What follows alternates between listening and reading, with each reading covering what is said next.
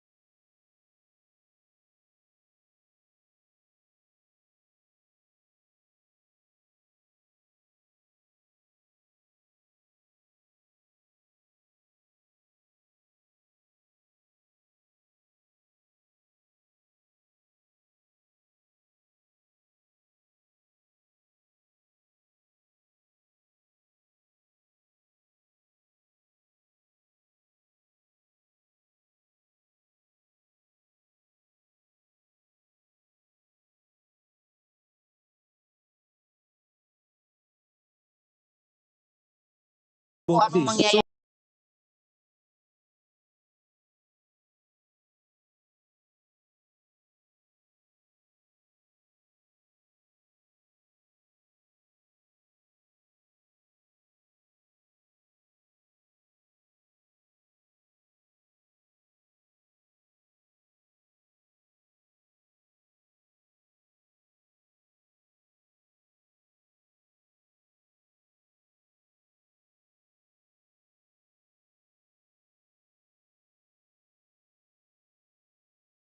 So, po namin, Service once the dealer came in and here comes, say for example, Solen or Islagas, we'll put in there and get to the buffer. Akong company Ganun lang daw po, na gusto mag-start. po namin magkaroon ng Yes, solusyon itong sir. Ready na problemang po ito. tayo to start. Because ito po ay Can you hear napakalaga me? na Marinig niyo problema. ako?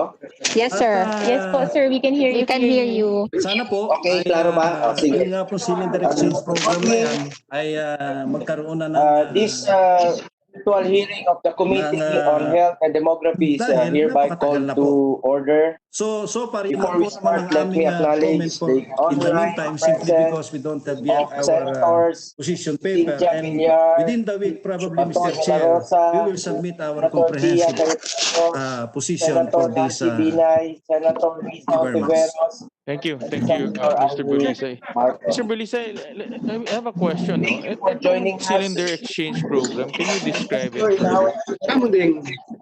Well, cylinder, ang ibig po namin Protecting sabihin dyan is public health threats, especially during ang public cylinder health po kasi is a emergencies, natural flow in the through industry building na efficient and as a effective dealer, healthcare ang system. dala mo is These one bills brand. aim to Then here comes capacitate and improve our buyer health na ang dala facilities, naman another brand. testing laboratories, and Ang gusto po quarantine namin, facilities. magkaroon ng buffer We also stock aim to improve in our multinational disease because surveillance sila po palagi ang mechanisms to be better prepared during nagpapahuli an sa amin epidemic kapag or nakikita kami ng pandemic mga cylinder like the nila. So if there is an COVID-19. exchange program We for have the this, say following for bills example, on our considering that they agenda are money, today. they can put in buffer Senate in Bill each region. 65 by There to Senator exchange the cylinder. Revilla. Yun po ang ibig ko sabihin, Mr. Senate Bill Chair. 698 by Senator Exchange it Angara. to...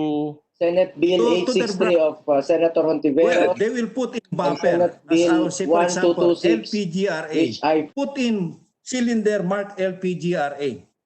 Then every time there's a dealer that comes into our pinning plant, we have to go to this LPGRA. We will put in their key. The ISNA or the Electron cylinder. So exchange. So wala po kaming violation. Mute Yun all. lang po ang gusto namin, as simple as that. Itong sinasabi niyo to replace, bills, bakit po gobyerno ang Senate magbabayad Bill to replace? 1529, which Well, I filed. Ang may-ari Senate ay Bill yung private sector. 1442 by Senator Ganito po Cayetano. yun kasi. Kaya And po Senate namin Bill na, 1408 by to replace Senator is, Tolentino, which Hihingi seek po ng to subsidy from establish the government. It's additional simply because quarantine facilities. majority of these country. consumer belongs to the Then, poorest of Senate the poor. Bill Wala naman po 63 silang of pambili ng Senator cylinder. Cayetano I would like to mention, on Mr. Chair, priority that health itong ating infrastructure. cylinder program And then, was Senate patented Bill in Thailand. In Thailand, 152H, there is which something I like filed. 1,200,000 Senate Bill cylinder 1436 then by Senator Hontiveros. replaced by the government. Senate Bill Tapos 1416 by yun po Senator ay Marcos. And staggered Senate basis, Bill pinalitan po 1533 nila by yan, I Senator think, in De La 3 years' Rosa, time. which But amend the 100% mandatory subsidy. reporting of notifiable ito rin, diseases ala naman pong and pera health pambili. events of Yung public pong health ating mga concern consumer na act. mga mahihirap At to this replace point, the may we cylinder. request the Hindi committee naman po yung secretary to cylinder belongs acknowledge to the the dealer, resource no. Majority persons of who that are with belongs us to the today. consumer. Miss Committee Nando po sa Secretary, category D kindly. and partly C.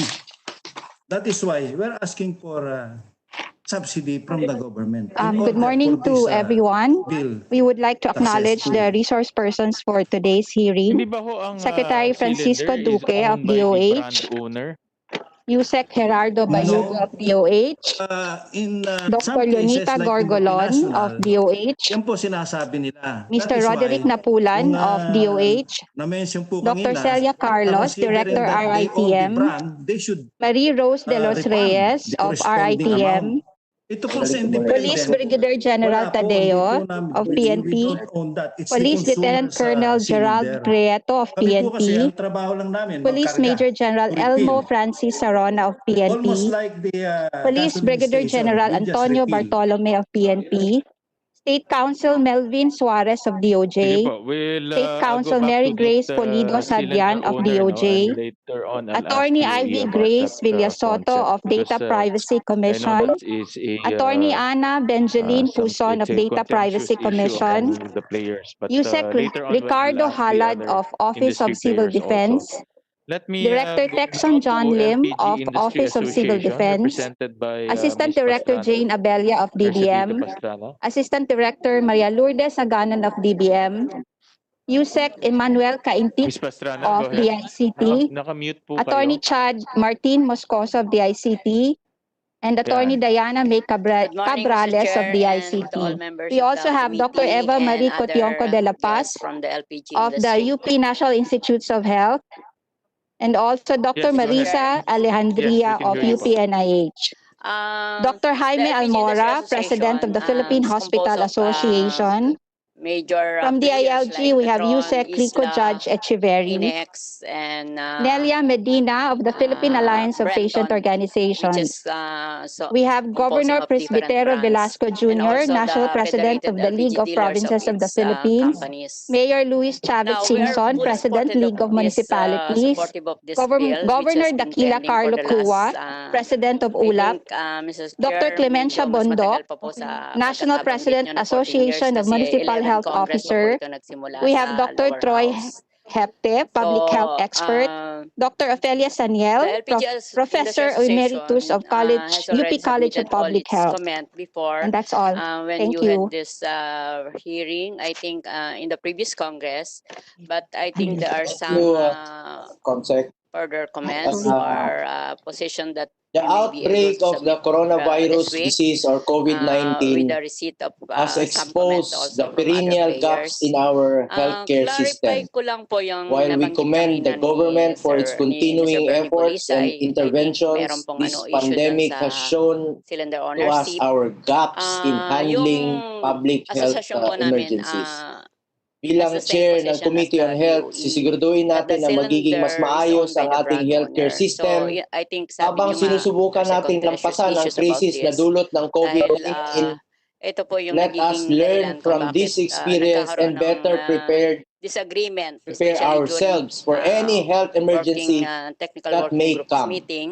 This Dahil hearing sa of the Committee on issue ng Health and ownership. Demography aims Dahil to address some of these gaps and most of the weaknesses players, so that especially we can better the respond to old future players, epidemics or the pandemics. cylinders are First, owned we by them. aim That's to why it's capacitate properly our marked. government And hospitals, since especially in the 2001, provinces. nagkaroon The po ng ratio change sa of ating standard, general sa Philippine hospital National beds to the Standard, na dapat population lahat ng was cylinders 1 are all is to stamped with the permanent markings kung sino po yung brand 1,142, owners. exceeding But the prior to ideal that, ratio of I 1 think yun is po to yung issue na 1,000. Mr. In Bolisay. one May study, mga cylinders po the na average generic bed occupancy rate of dapat DOH yun po hospitals yung reached ma-address. So I think 136% this is the right above the benchmark range time of para ma-address na po 85%. yung issue. In Para 2018, almost 65% with or so many years that 284 out so of many congresses 437 and public hospitals draft were bills that has been overcrowded.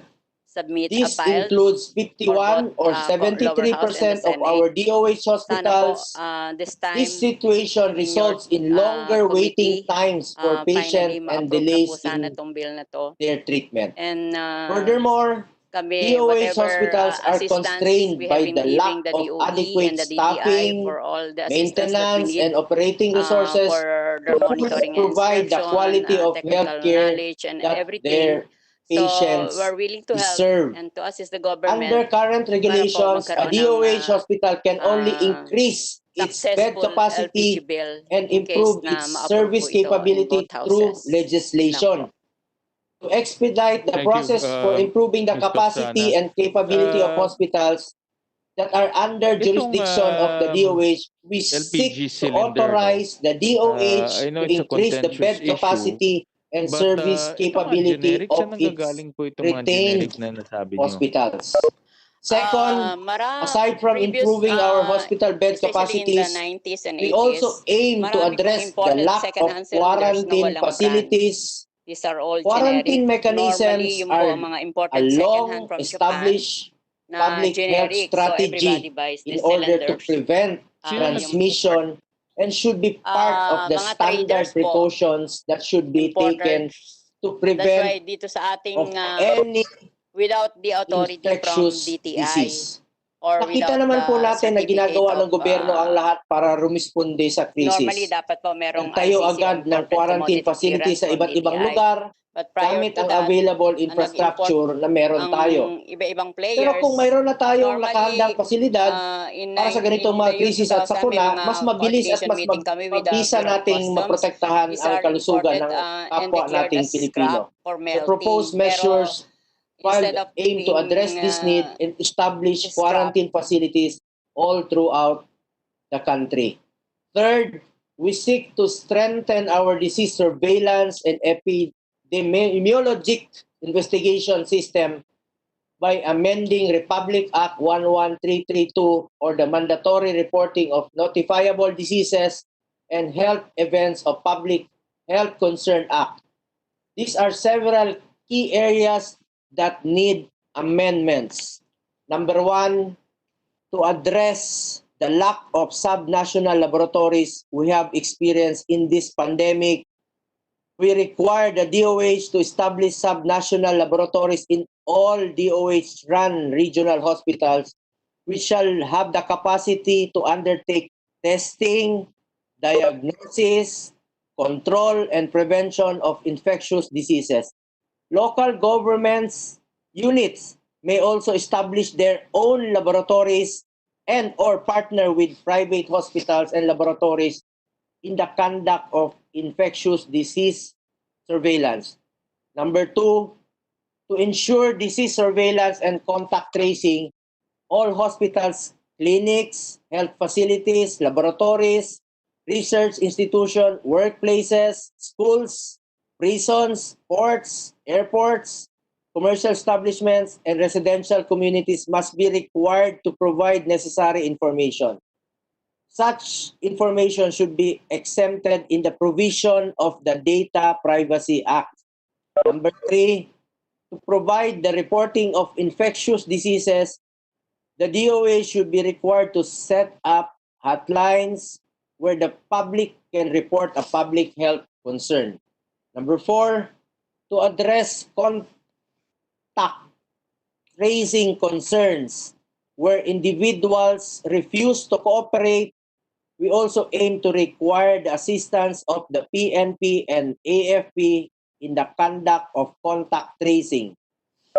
Number five, to make us better prepared in future pandemics, we must require the Interagency Task Force for the Management of Emerging Infectious Diseases to formulate a national public health emergency strategy to address public health emergencies. This strategy shall provide for an integrated policy coordination and strategic direction with respect to all matters related to national public health and medical preparedness and execution and deployment of national response before, during, and after public health emergencies. Number six, to deter any form of discrimination against patients and health workers who serve at the front lines in the battle against pandemics, we must prohibit acts of discrimination against health workers, infected, and recovered persons. Number seven, to combat the spread of fake news, especially in times of crisis, we should also prohibit the act of creating, perpetuating, or spreading false information regarding an epidemic or public health emergency on social media and other platforms. Such informations which are clearly geared to promote chaos, panic, anarchy, fear, or confusion.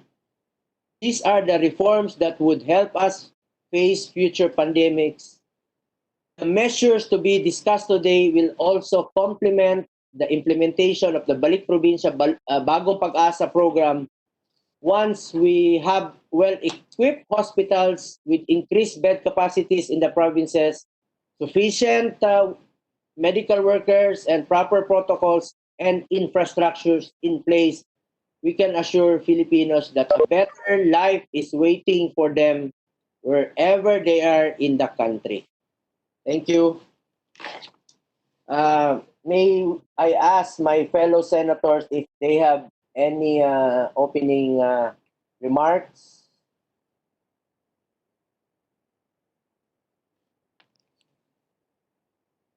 Senator, sino ulit? Go ahead, Senator Risa Ontiveros. Lagay mo in order.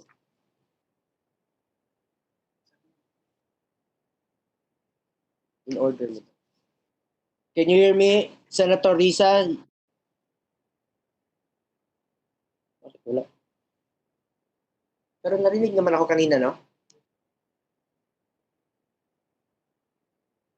Senator Ito na yung pagiging mama ko sa mga anak ko. Kasi nung pumunta kami sa peace zones sa Tulunan, North Cotabato, Diyos ko, siguro 1993 pa yon, kasama ang the late great beloved Ray Perez.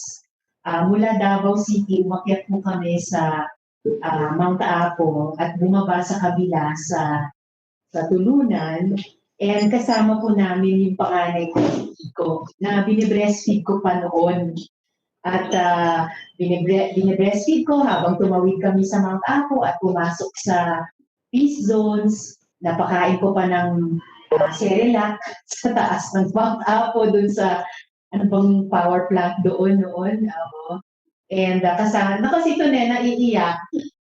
Si Kiko, mga kaibigan, mga kasama ay turning 27 or turning 28 na pala later this year. At si Tune ay kasama ko nung hindi malilimutang biyahe niyo na tumutulong sa atin na labahan pa yung mga lampin at damit ni Kiko habang nandun kami sa field.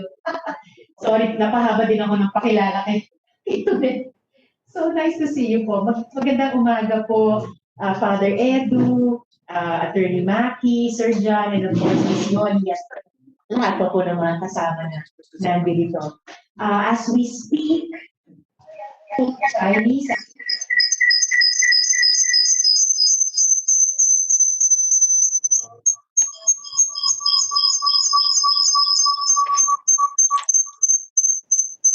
Sulat yung next time.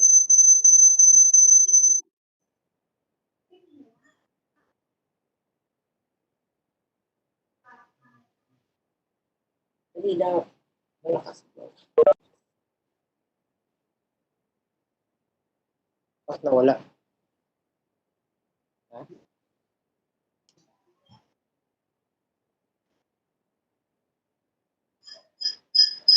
Of land and severe flooding. These atrocities are fueled by a worldview that sees nature as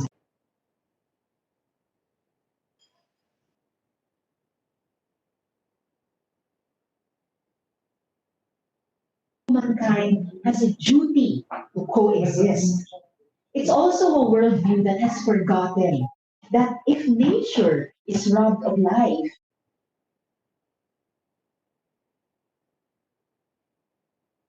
to make progress in preserving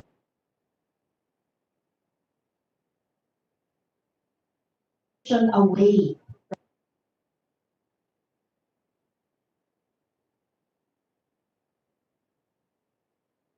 of an irreversible catastrophe.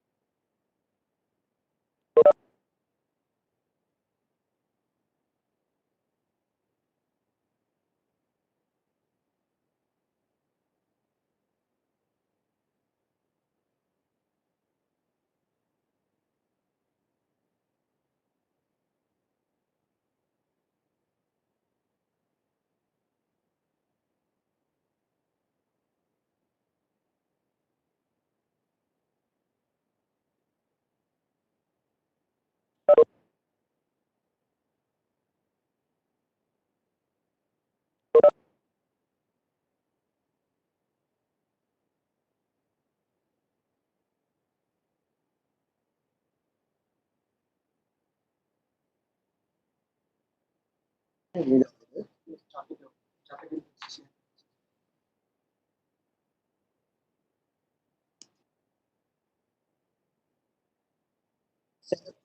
Risa,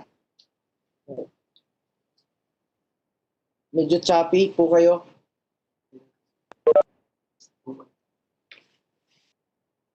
Marinig niyo si Senator Risa. Senator Bato, marinig niyo si Senator Risa? Nawawala pa rin, nawawala. Hindi namin Nawawala, marinig. Mr. Chairman. Oo, awan. Wala? Wala talaga, Wala. Mr. Chairman, wala. Senator Risa, can you go back a few minutes? Medyo putol-putol po. Wala talaga. Wala, no? Senator Bong, this is Senator Villar. Yes, Senator Villar, do you have any opening statement? No, we're here to pass our local bill. Yung papalaki ng mga hospital namin together with Senator Amy. Di ba pwedeng mauna na kami kasi ano lang to, local bill to na i-confirm ng Senado. Yes, sandali, marating tayo dyan. Before we move forward, let me reiterate to our resource persons and please put your microphones on mute so we can have an orderly discussion. If you wish to be recognized, please click and the raise hand button on WebEx and wait to be recognized before speaking. To better manage our time, since we have several bills in our agenda, please limit your statements to 3 to 5 minutes. To my fellow senators, if you have questions or manifestations, just feel free to wave your hand or click the raise hand button or just open your mic so I can recognize you. Before we start discussing the bills, just a preliminary question to the DOH. What are the gaps and weaknesses have you observed in the handling of this pandemic? What lessons have we learned and what can we do to address these gaps? May I call on Secretary Francisco Duque to give your statement. Magandang umaga po sa inyo, Ginoong Senator Bongo, ang chairman po of the Committee on the Health and Demography. Ang pinaka maluwanag na puwang o kakulangan po na ating pong natuklasan bunsod ng COVID pandemic ay ang ating pong mga testing facilities. Yan po ang talagang number one weakness po sa kasalukuyang sistemang pangkalusugan. Pangalawa naman po ay ang ating kakulangan sa mga quarantine facilities. Ngunit ganun pa man ay ating pong pinaunlad, nagkaroon po tayong tinatawag na mga temporary treatment and monitoring facilities. At doon naman sa testing natin ay aminado po tayo na yan po ang isa sa pinakamalaking limitasyon po ng kasalukuyang sistema.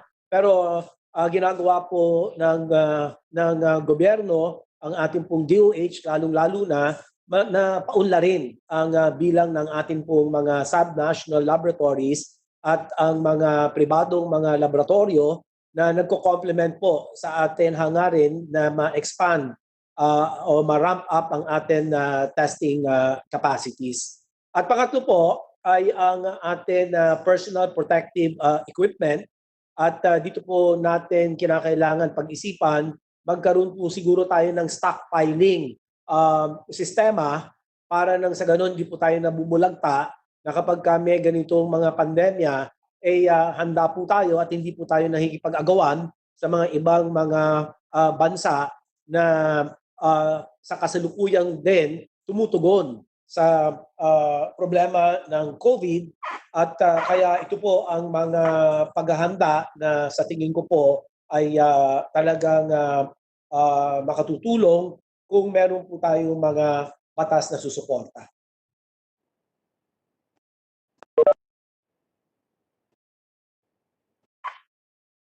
Salamat po. Thank you. Okay, first in our agenda are the various local hospital bills for upgrading. May we recognize Senator Villar for her manifestation. Go ahead, Ma'am Cynthia. I move to insert into the record the history and performance of the Las Piñas General Hospital and Satellite Trauma Center from 1977 to present.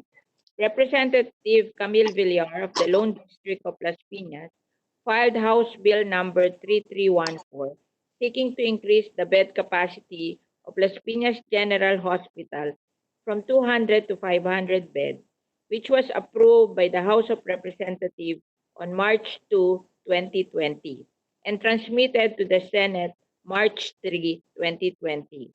I have a counterpart bill, Senate Bill number 143, seeking to increase the bed capacity of Las Piñas General Hospital from 200 to 500 beds, which will be taken up in this committee hearing. For the current budget of 2020, the Las Piñas General Hospital has been allotted a 144 million budget, 55 million to buy the land, and 89 million to start the construction of the building. Thank you very much. Thank you, Senator Villar. In the interest of expediting the discussion, may we just ask the Department of Health to spread into the record its omnibus position on the following measures. First, upgrading the Siargao District Hospital into a Level 2 General Hospital to be known as the Siargao Island Medical Center. Second, increasing the bed capacity of the Las Piñas General Hospital and Satellite Trauma Center. Third, increasing the bed capacity of the Cagayan Valley Medical Center, CVMC. Fourth, increasing the bed capacity of the Western Visayas Medical Center.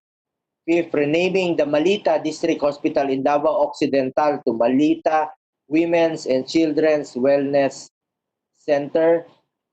And lastly, increasing the bed capacity of the Quirino Memorial Medical Center. Go ahead, DOH Secretary Duque.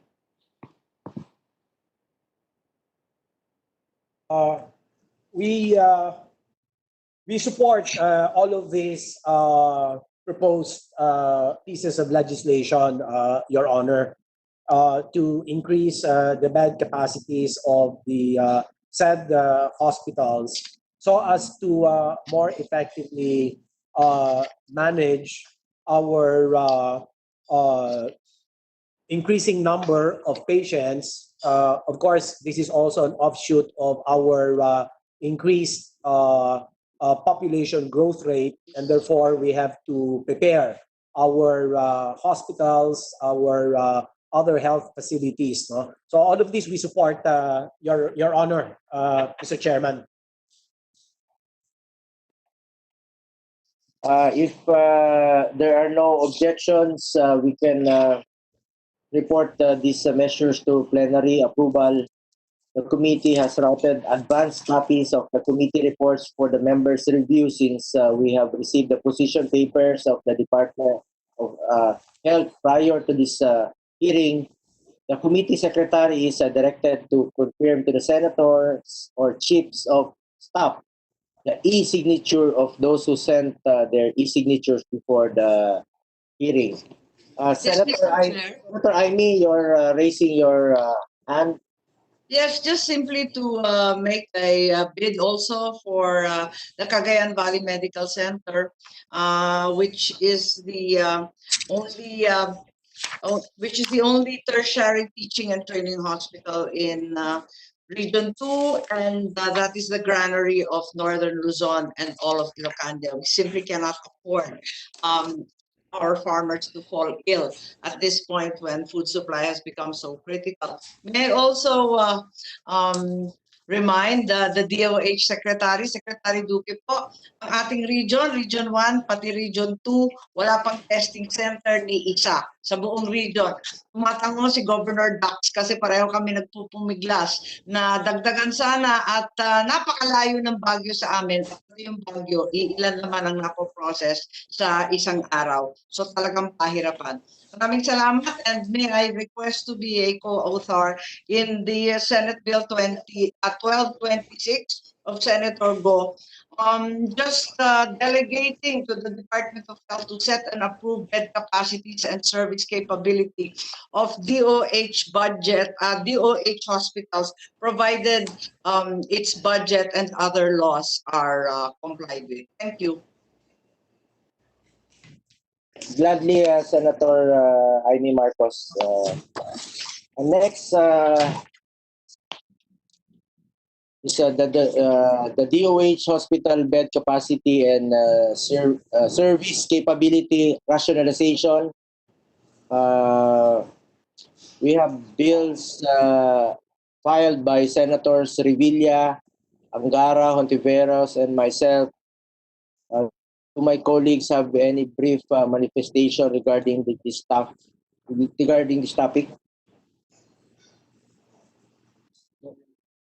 There are none.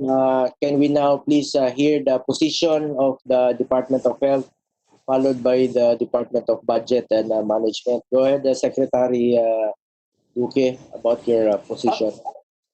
Yeah, with your permission, Mr. Chairman, I just want to very briefly comment on the points raised by the good senator from Region 1 with regard to the testing center. We have already sa Region 1 po, Madam Senator. Ito po yung sa Ilocos Training Regional Medical Center. But I understand, Madam Senator, kulang pa rin po ito. Kinakailangan po talaga ay paunlarin pa rin natin ang bilang ng ating mga testing laboratories. Pero meron na po tayong isa. With all due respect, Secretary po, with all due respect, Secretary, yung sinasabi ninyo sa La Union is a mere 45 to 1 hour away from Baguio. Parang back-to-back lang po sila. Eh yung sa amin, ang layo-layo pa. And Region 2 is entirely bereft of any testing center at all. So dalawa yan. And Baguio pa rin ang tinutukoy, miski yung sa La Union, dahil magkatabi lang naman sila.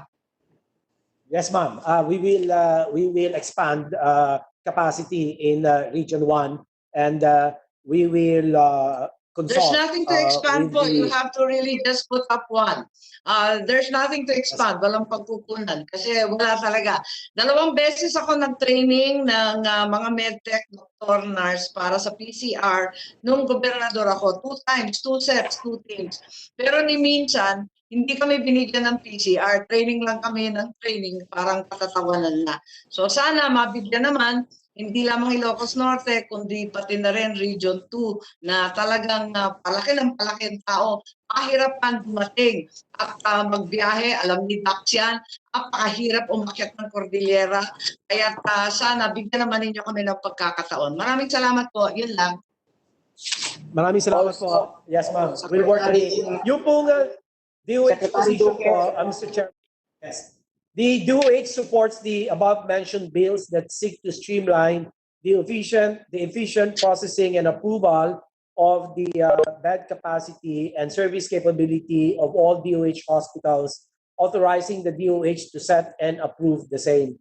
This measure shall be instrumental in ensuring quality healthcare delivery in DOH hospitals, as well as in the citywide and provincial health systems, as envisioned by the UHC Act. Thank you, Mr. Chairman. Secretary Duque, meron lang po ako dadagdag. Sa sinabi ni Senator Amy Marcos, yung testing capacity, nasigurado nyo na ba po na lahat ng regions meron na tayong testing facilities? At all provinces na po ba ang natitest sa ngayon? Pinakadulo po kasi nakakonsentrate tayo ngayon sa gobyerno, sa National Capital Region.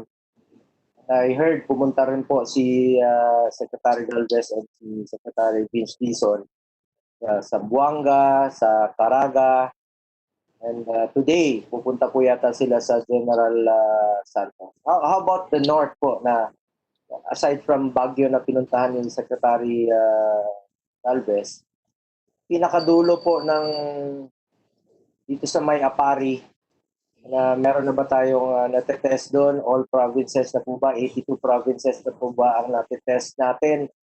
Baka sinasabi lang po na 0 case po doon dahil wala pa pong natitest doon sa mga pinakasulok na probinsya. Suggestion lang po namin as a committee chair, sana po nakaspread talaga yung mga testing centers natin.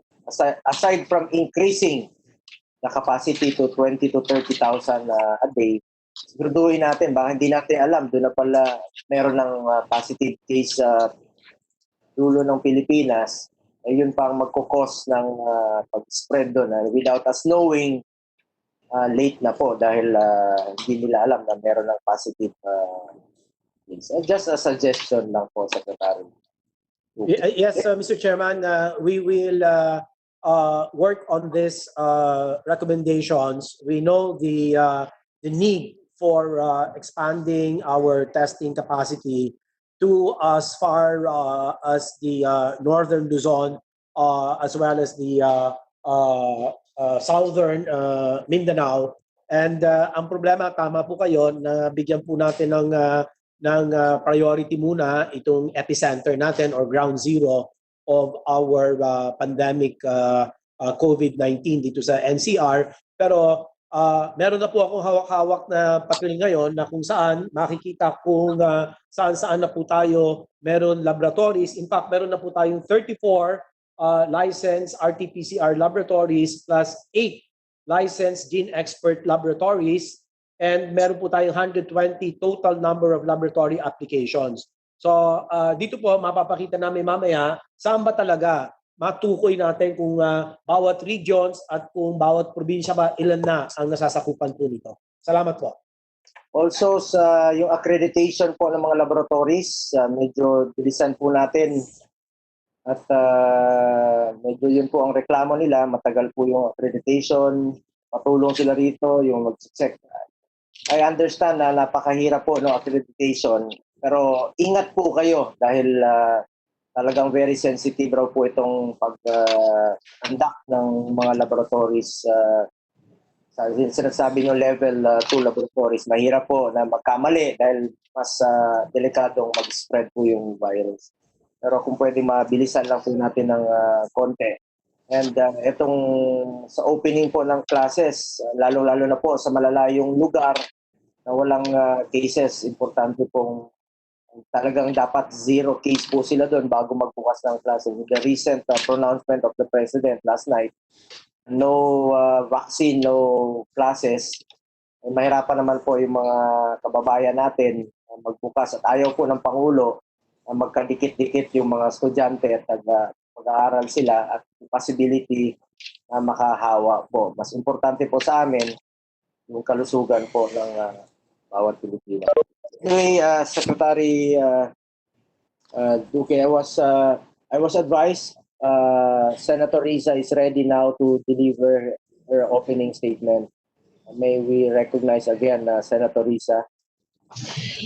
Salamat kayo, Mr. Chair.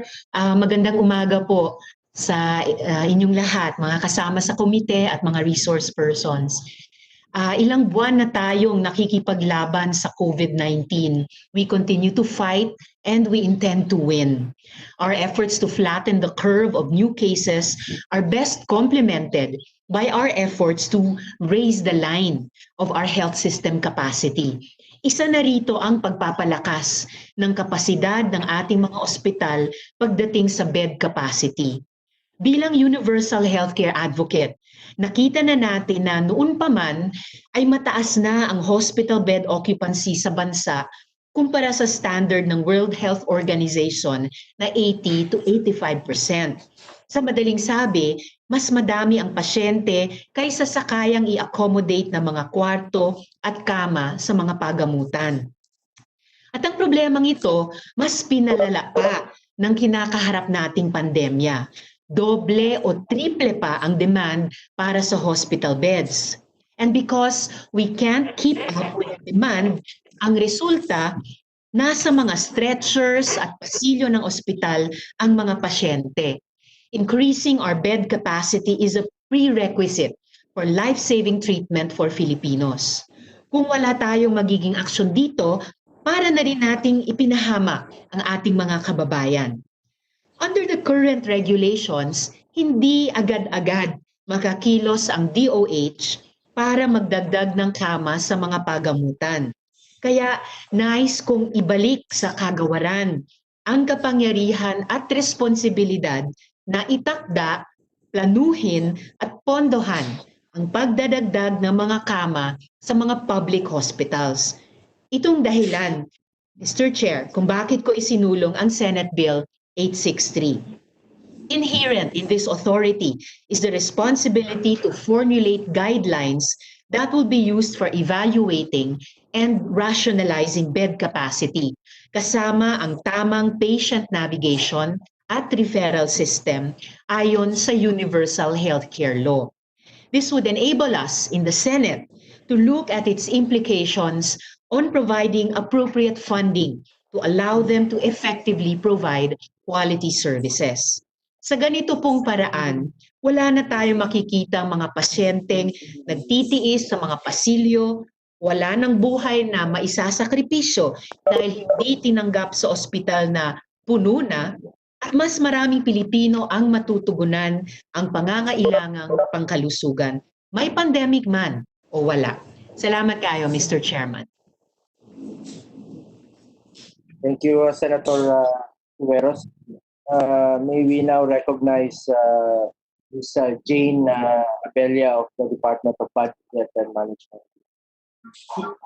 Yes, good morning po. Morning po, sir. Let me clarify. We submitted, we don't have yet. Consent, nag-echo po si Ms. Abella. Okay, go ahead, Ms. Abella. Can I go ahead, sir? Yeah. Apologize, but we don't have yet the official DDL position paper. What we have is our bureau position paper.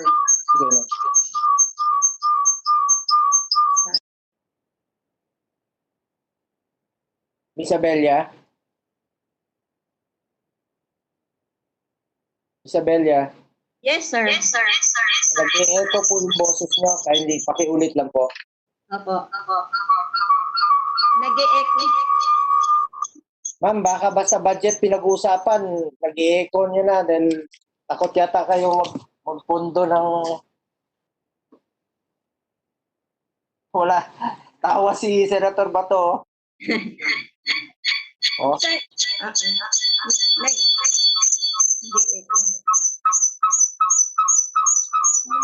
May pundo kayo, wala. O, echo lang. Huwag ka magtawa dyan, Senator Bato.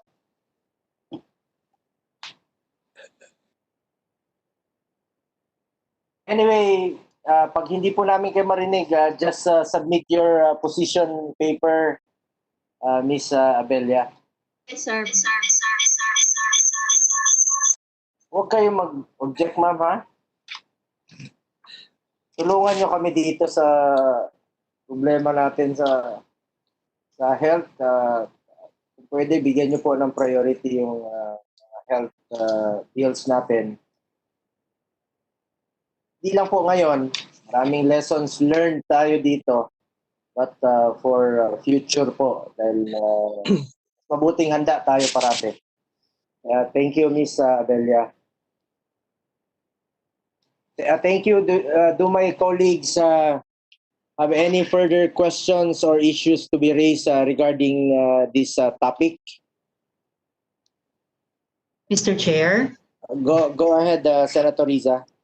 Thank you, Mr. Chair. Mga tanong po sa DOH tungkol nga po sa bed capacity. What is the current bed capacity of DOH retained hospitals? And then pangalawa, ano naman yung projected bed capacities na kailangan natin para i-meet yung COVID-19 demand for beds, Mr. Chair? Go ahead, Secretary Duque.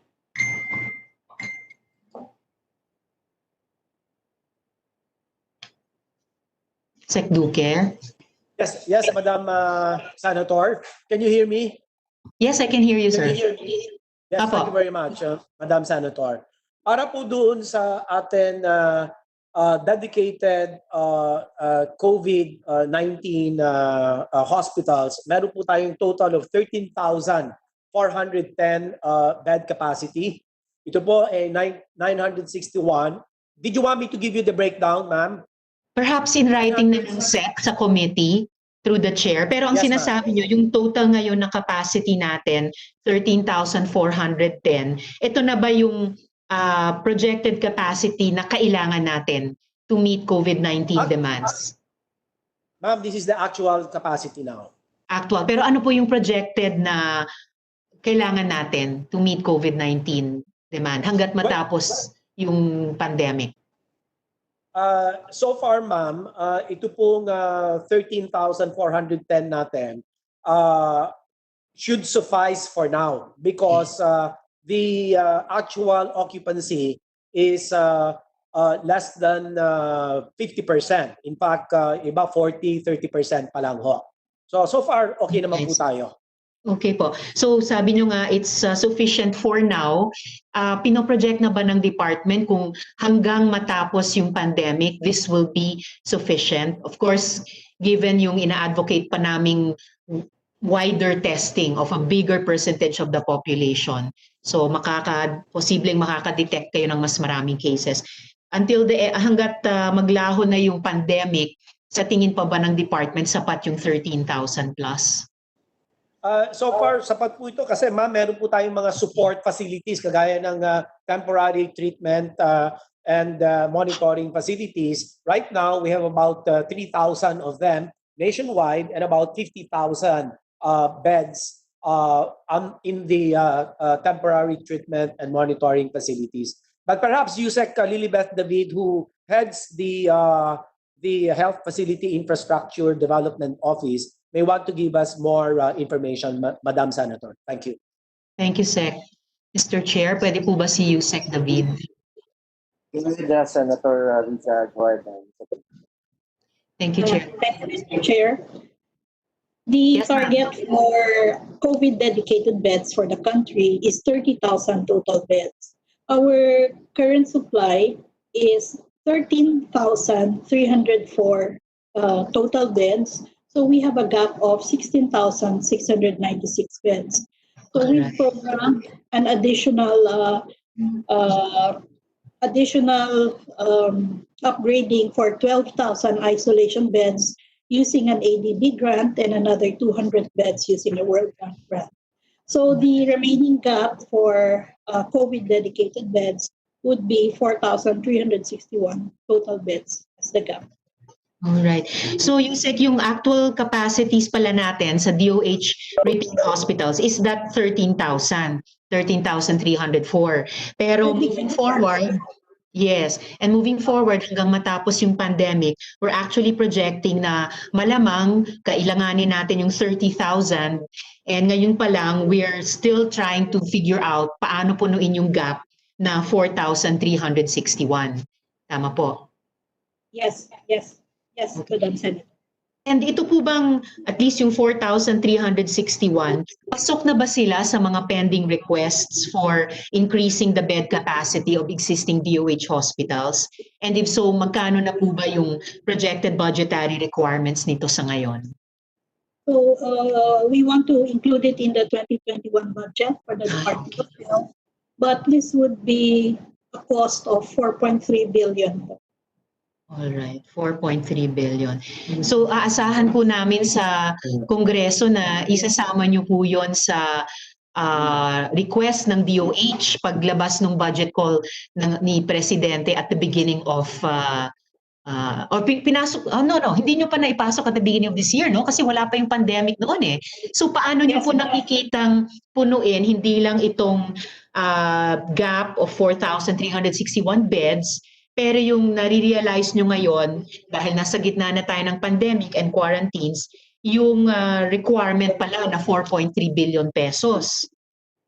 So, Madam Senator, this 4.3 billion should be entered into the 2021 proposal of the Department of Health. Okay, kaya po nating makaraos until end of 2020 with the existing bed capacity, existing budget, hanggat makatuntong tayo sa 2021 with this proposed budget. Madam Senator, if we look at the occupancy rate for this dedicated COVID beds, it really just ranges from 30% to 60%. So for less now, than 50%. we should be able to do it. Okay. Tapos Yusek, looking beyond itong COVID-19 pandemic, so presuming kasi makakaraos naman tayo, we're just trying na makaraos in the best way possible. Pag nakaraos tayo dito, ano yung nakikita ng department na basis o indicators for increasing hospital bed capacity? So in that post-COVID-19 situation. Yes, Madam Senator, the Department of Health is developing the Philippine Health Facility Development Plan, which estimates the demand for universal health care for total beds, primary care facilities throughout the country. And we hope that this will become the priority investment plan for the country. Wonderful to hear that, Yusek David. Kahit kasi sa pag-consider namin halimbawa ng economic roadmap through and past COVID-19, nakikita namin aside from agriculture and fisheries, aside from housing, aside from ICT, yung pag-invest talaga sa health system is a priority. So it's very good to hear from you yung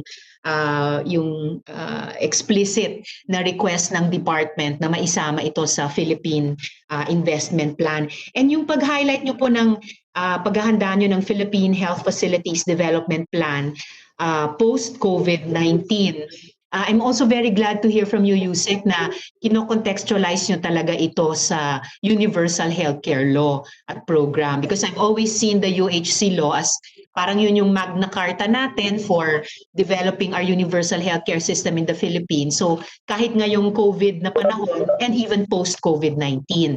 Ganon din po ba yung premise ng PHPDP nyo? Yes, Madam Senator. Okay. And then lastly, Yusek David, about bed capacity. Ano po yung okay. One follow-up lang po. Dahil sa ngayon yung occupancy natin sa COVID-19 beds ay nasa 30 to 60%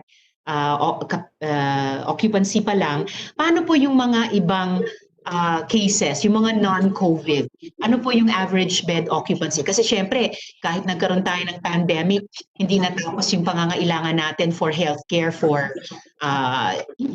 example, HIV/AIDS, for kapag may sakit tayo sa puso or sa blood sugar natin.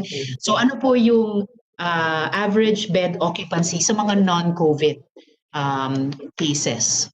Yes, sorry, Madam Senator, we don't have that number right now, but we plan to include it in the DOH data collect. But during the acute attack of the pandemic, we requested that all elective surgeries and other procedures would be postponed. Okay, of course, that's understandable, Yusek. Pero syempre, yung iba nating mga chronic and life-threatening cases would probably fall outside the cases of elective surgery. So siguro abangan na lang po namin yung data nyong iyon if you could submit that through the chair to the committee. So just my last question po on bed capacity. What safeguards sa tingin po ng department? Safeguards, what safeguards can be put in place para siguruhin na yung approval process sa pag-increase ng bed capacity ay maging rational, including guarantees po to ensure na yung mga stakeholders ay makakonsulta, yung stakeholders po ay makaka-participate sa process na iyan. That's why we're trying to develop the Philippine Health Facility Development Plan so that we have a document that everyone can appreciate. And so it becomes the basis for national planning as well as local planning. So ibig niyo pong sabihin, Yusek David, dito po sa PHFDP, nakapaloob na po dyan yung safeguards for rational processes? Nakapaloob na po ba dyan yung guarantee na stakeholders will be consulted and will participate. Kasama na po ba yun sa plano? Madam Senator, it includes a prioritization criteria for the infrastructure priorities from 1 to 4, and then the document will be published po. Then we still have to develop the localization mechanism from a national plan. How do we allocate on a local level? But basically, there's prioritization criteria. Kailan niyo po ipapublish ito, Yusek, yung plan? Initial, maybe we have the preliminary document, which can also guide the current planning process, but we need to adjust it still. It still needs to be finalized, maybe in 3 or 4 months po. All right, Yusek. And since napag-usapan na rin natin, at least initially, yung safeguards and guarantees on rational process and stakeholder consultation and participation. So that's my way of imparting na rin sa department na I'm hoping, as a member of the committee, na makasama po yung mga puntong iyon dun sa development planning nyo. Salamat, Yusek David. And Chair, if I may ask further questions, do I still have time now? Okay, go ahead, Senator. Okay, salamat kayo, Chair. Regarding amendments to RA 1133 to yung mandatory reporting of infectious diseases, I'd like to ask our resource persons, what are the policies in force to ensure data privacy during public health emergencies?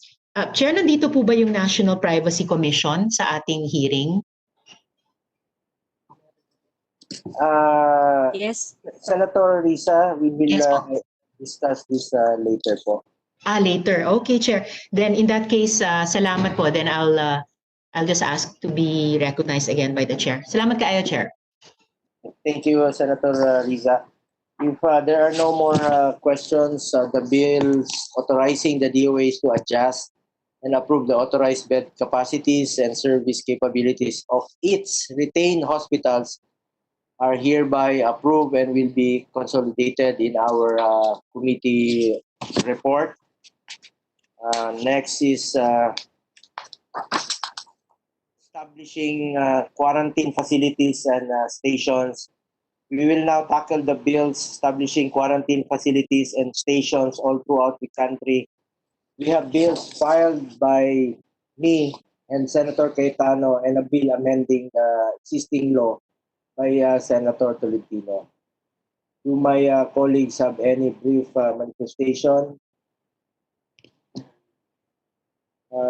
There are none. May we know from the DOH their position? Go ahead, Secretary Duque.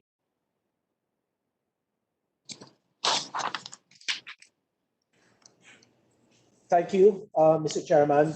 With regard to the act authorizing DOH to set and approve the bed capacity for all DOH hospitals, we fully support the above-mentioned bills that seek to streamline the efficient processing and approval of the bed capacity and service capability of all DOH hospitals, authorizing the DOH to set and approve the same. We believe this measure shall be instrumental in ensuring quality healthcare delivery in DOH hospitals as well as in the citywide and provincial health systems as envisioned in the Universal Healthcare Law. Thank you, Mr. Chairman. Chair. Governor Presby Velasco, you were raising your hand. Yes, may I be allowed to make some comments, Mr. Chair, on the bill authorizing the DOH to increase the bed capacity. Pwede po mag-comment? Okay. Go ahead, Governor. Okay. Good morning to everybody. I just would like to make mention that there may be an issue on a due delegation of legislative power because there is no sufficient standard by which the DOH will increase the bed capacity of the different DOH hospitals.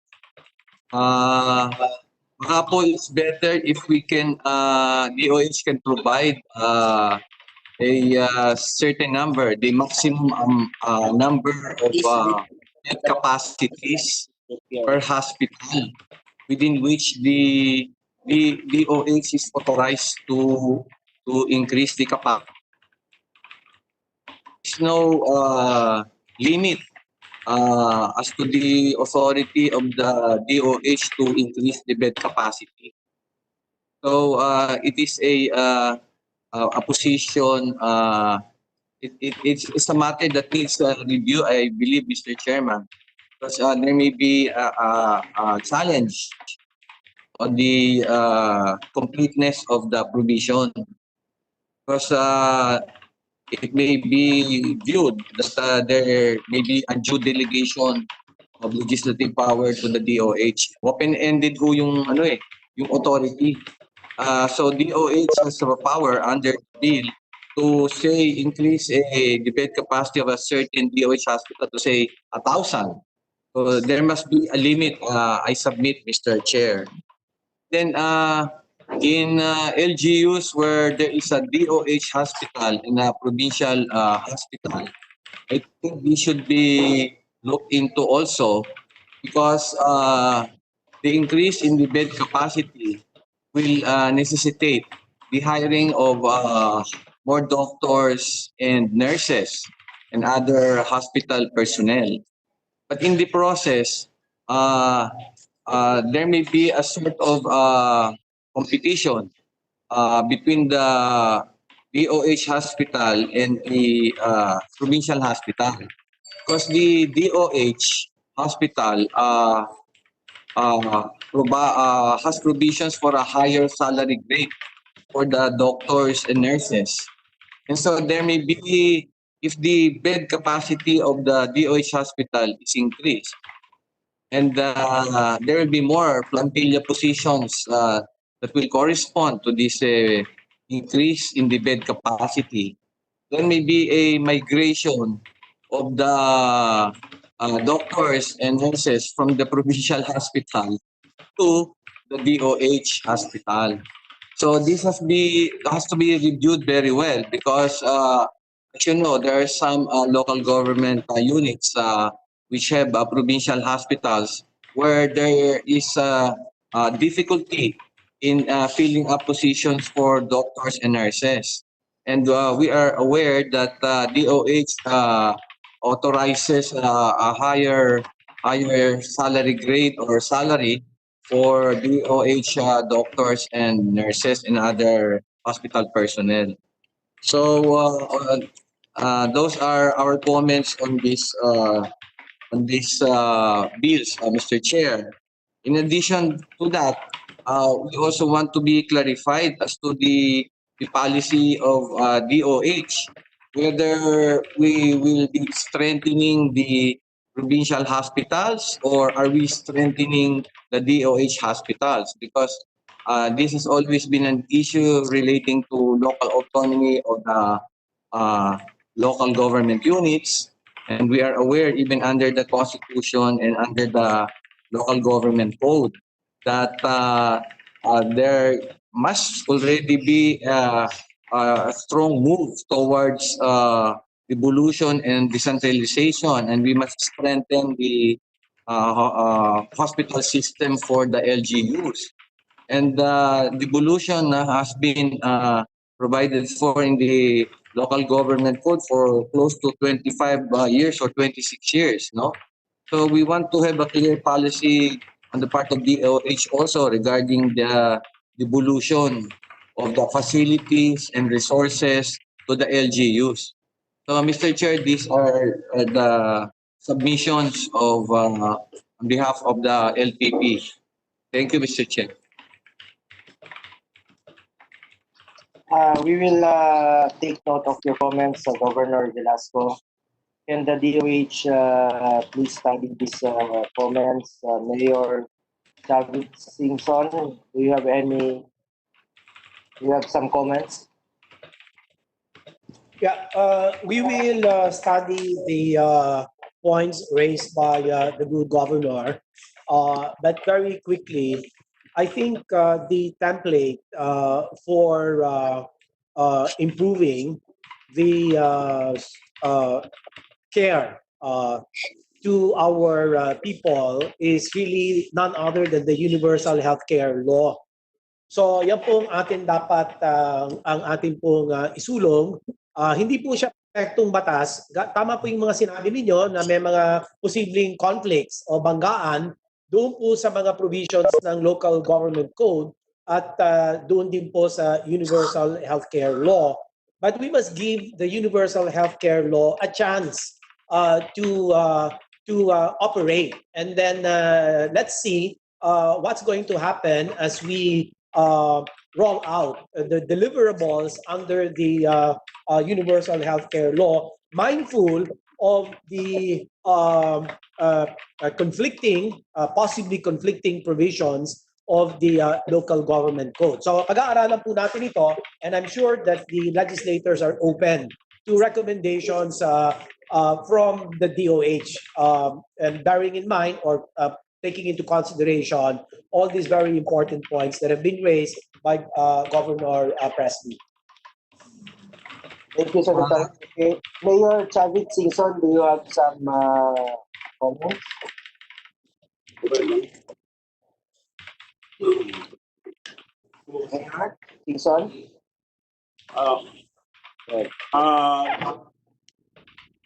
Magano na ako. Gusto ko lang batiin lahat ng mga kaibigan natin mga senador. Senator Bongo, Senator Nancy Binay, Senator Pia Cayetano, Senator Ivy Marcos, Senator Risa de la Rosa, Tuguegarao, Senator Bato, and Senator Cesar Villar, kasi Governor Dax and Governor Presley. So anyway, as far as the league of municipality concerned, suportado po namin lahat yung mga nakapile sa Senate. At gusto ko rin paalam sa inyo na palagi kami nag-uusap. Ang problema lang sa mga ibang probinsya, as far as the local concerned, I think already with Governor Ayal, tanggap po namin lahat yung mga buwabalik sa probinsya. Suportado namin lahat. Especially the overseas workers, dahil sila ay one of the pillars of our economy. Hero tayo ng hero sa kanila tapos hindi natin tatanggapin. Dapat tanggapin lang. So lahat po, as far as the local concern, welcome lahat ng mga kaprobinsya namin. Pagdating dito, kailangan may clearance sa lahat sa taas, lahat ng klase clearance. Pagdating dito, kanya-kanyang munisipyo tatanggap sa kanila, may mga i-quarantine namin 14 days. So, ganun po ang ginagawa namin dito at napag-usapan lahat din ng mga mayors nationwide. And yung pagtayo ng mga additional quarantine facilities or yung laboratories, siguro po kailangan lang tulong sa Senate yung mga magiging munisipyo. At gusto ko rin dagdag, as far as in my private capacity, yung suportado ko yung balik probinsya ni Sir Bongo at Presidente, nakahanda po yung 400 passes ng partas. Nabisis po lahat pati sa Pilipinas pagkatid sa mga overseas workers or mga buwabalik probinsya. So yun lang po. Maraming salamat po sa inyo lahat. Thank you, Mayor Chavit Singson, sa suporta. And then ako naman po ay sympathize with the overseas Filipino workers. Kawawa naman po sila. Tanggapin po natin sila ng maluwag dito sa ating bayan. Tama ka, sila po yung mga hero na nagtatrabaho, nagpapakamatay po sa ibang bansa. At panahon na po na tulungan po natin sila.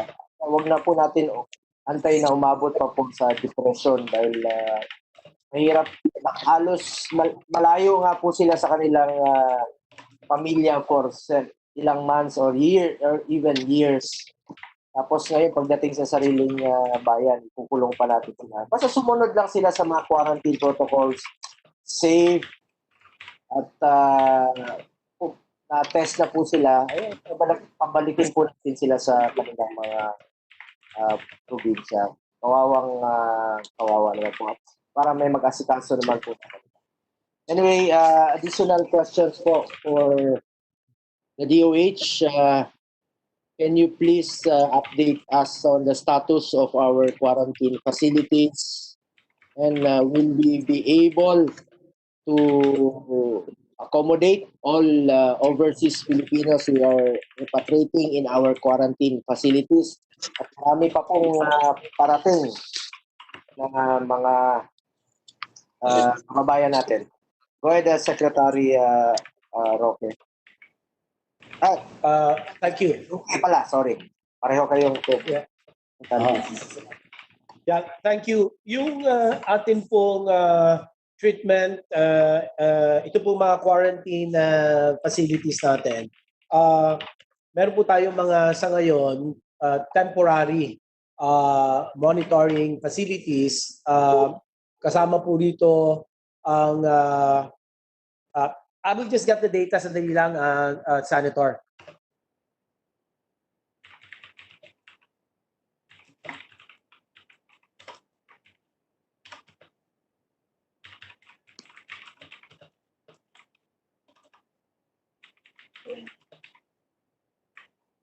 Okay. Ito na. Mr. Senator, ang total, ang tawag din po natin dito, mga temporary treatment and monitoring facility. But on top of this, meron tayo ang Bureau of Quarantine na pinapangasawaan ang 70 quarantine facilities. The rest of the facilities are managed by the Philippine Coast Guard and the OWA, Overseas Welfare Workers Administration. So ito po, 70 quarantine facilities.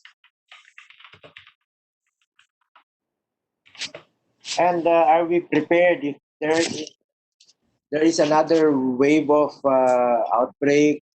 Are our quarantine facilities enough? Do we have enough medical personnel in our quarantine facilities right now? How many health personnel are needed per quarantine facility? And lastly, how do we ensure proper sanitation and waste disposal in our quarantine facilities?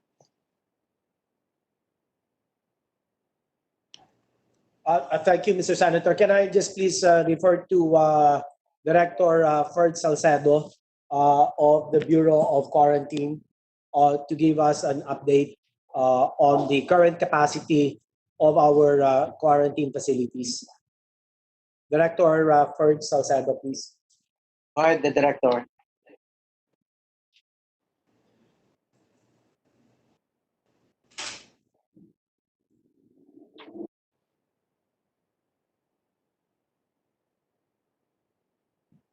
Director Ferds, you may proceed.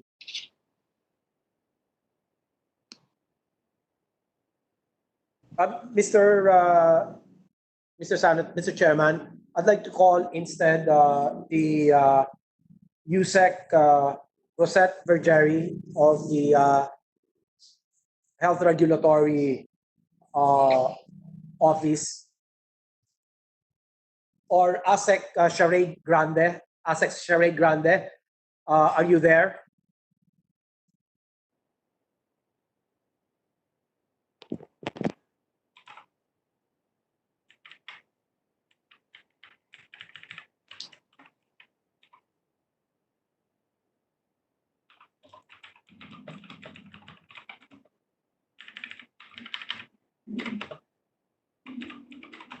Mr. Chairman, may I propose that we park this issue until the resource persons are available. Thank you.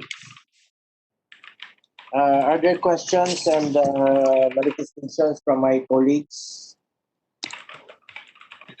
Mr. Chair, I have a manifestation, but I will just deliver it later on when the other bill is also called. So isahang statement na lang po.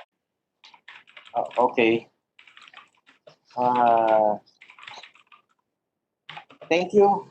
Do our local government units representatives have any comments?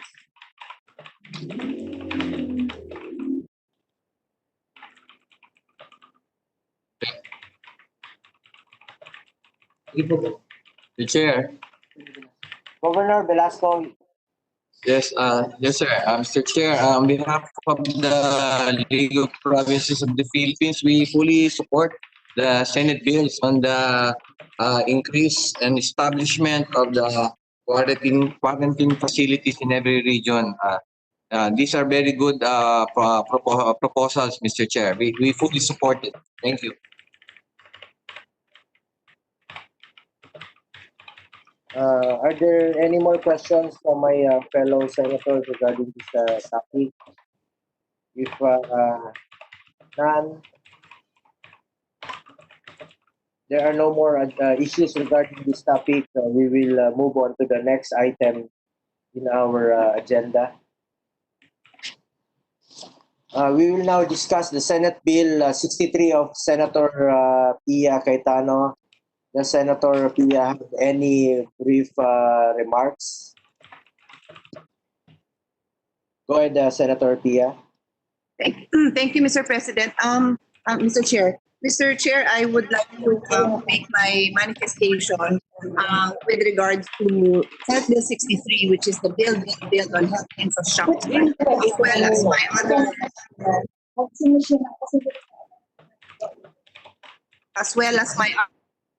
Mr. President, on quarantine facilities.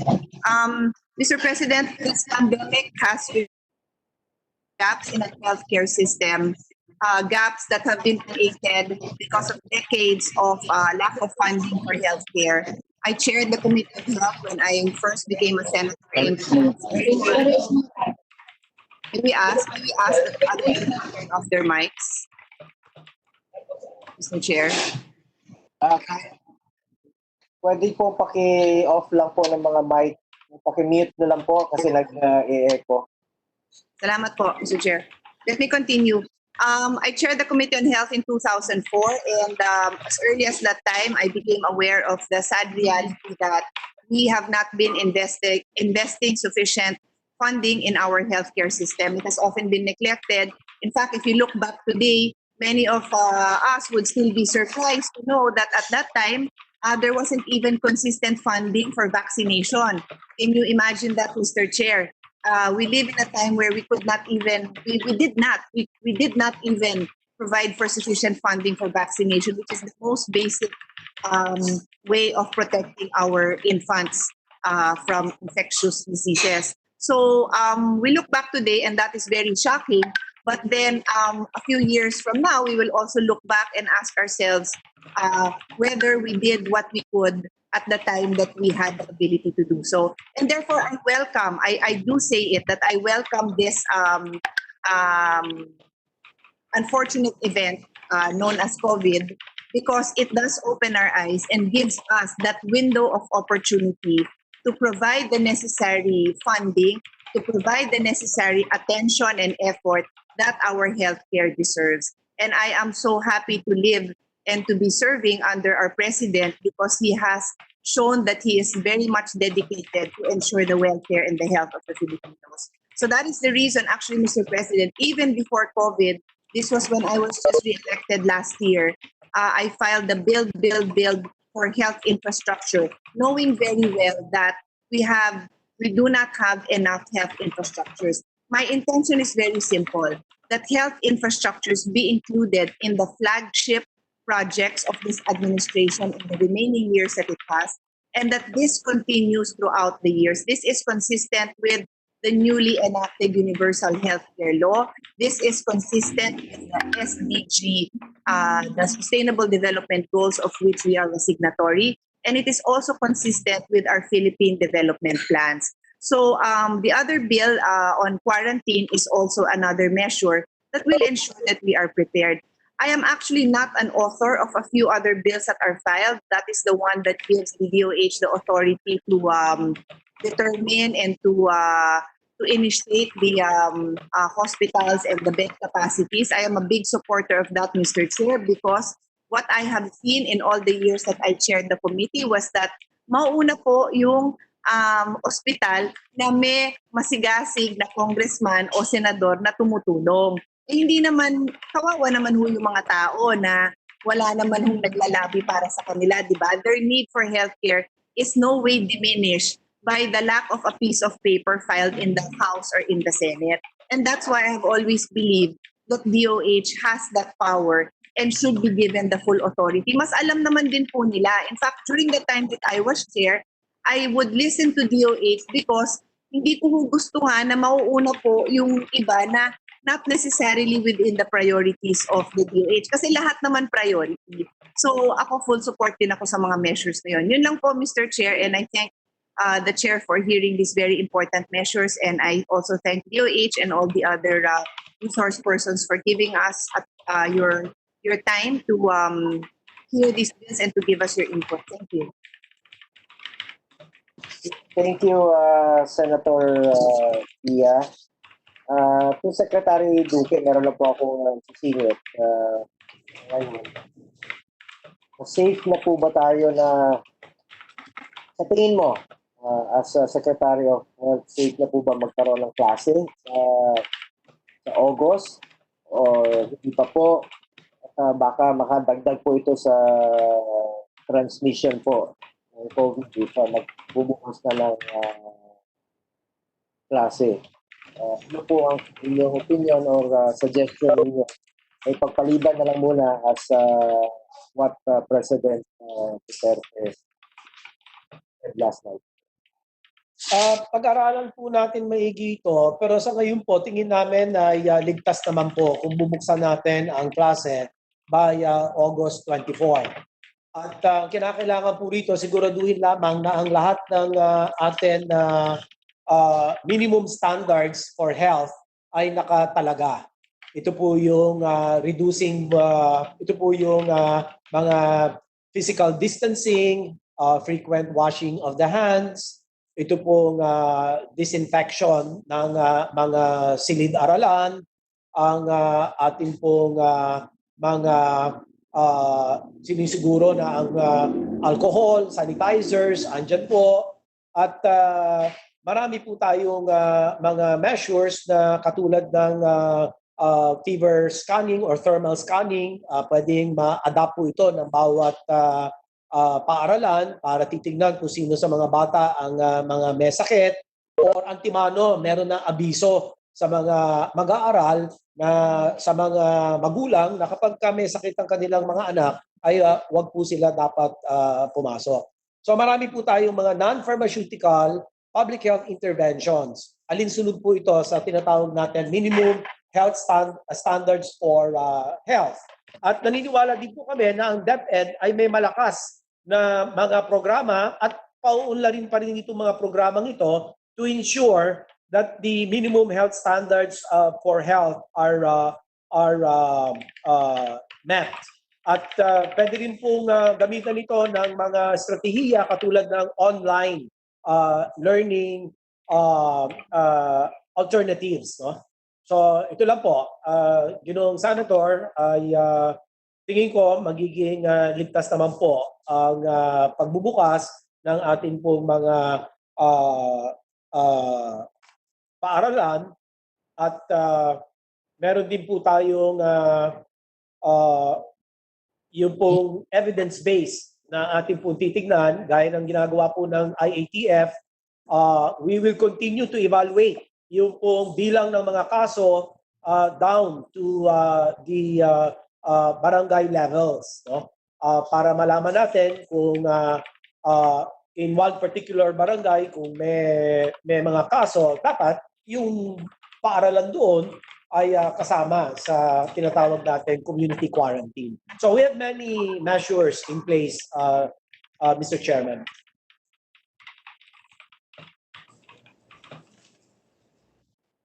Thank you, Secretary Duque. May we now hear your position, the DOH's position on the bill filed by Senator Cayetano.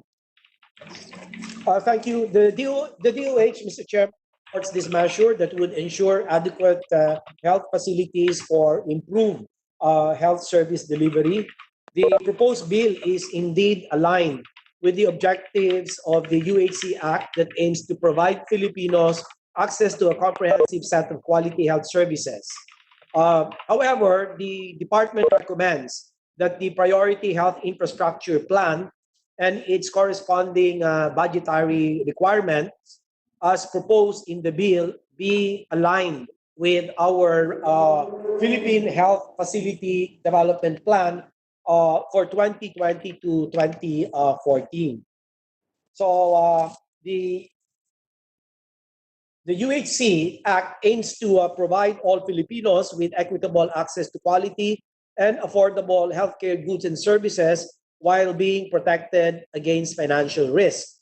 And the UHC Act likewise serves as a framework to foster a whole of government and whole of society approach for the development and implementation of health programs and plans.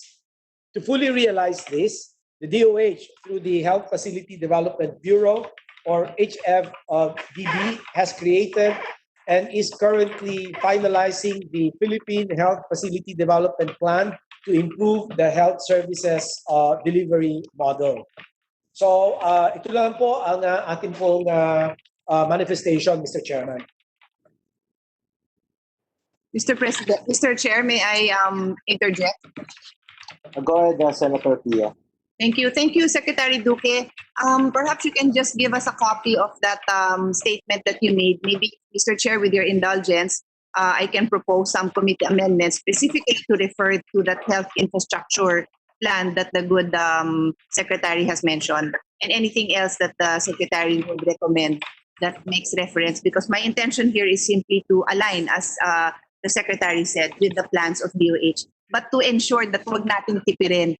I hope, Mr. Secretary, I hope that we can make necessary amendments, given that I'm sure you are used to working under a somewhat constrained budget, but knowing how open-minded people are now, how much people see the importance of healthcare, there would be a much stronger support for whatever budget that you would be proposing, Mr. Secretary. That's all, Mr. Chair. Yes, we'll do. We'll do, Madam Senator, Mr. Chairman. Thank you, Secretary Duque. We now recognize Ms. Jean Abella of the Department of Budget and Management. Thank you.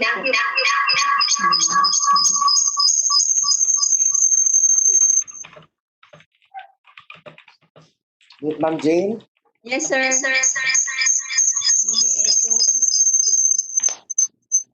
May dalawa kang nakabukas dyan na na internet. Baka may nakabukas dyan na internet, Ma'am Jane. Talagang pag-budget pinag-usapan, nag-i-echo kayo. Nahagip niya lahat ng words na budget sa buong kapaligiran. Hirap talaga ng budget nito.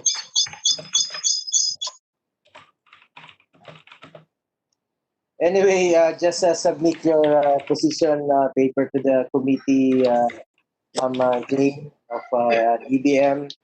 Yes, sir.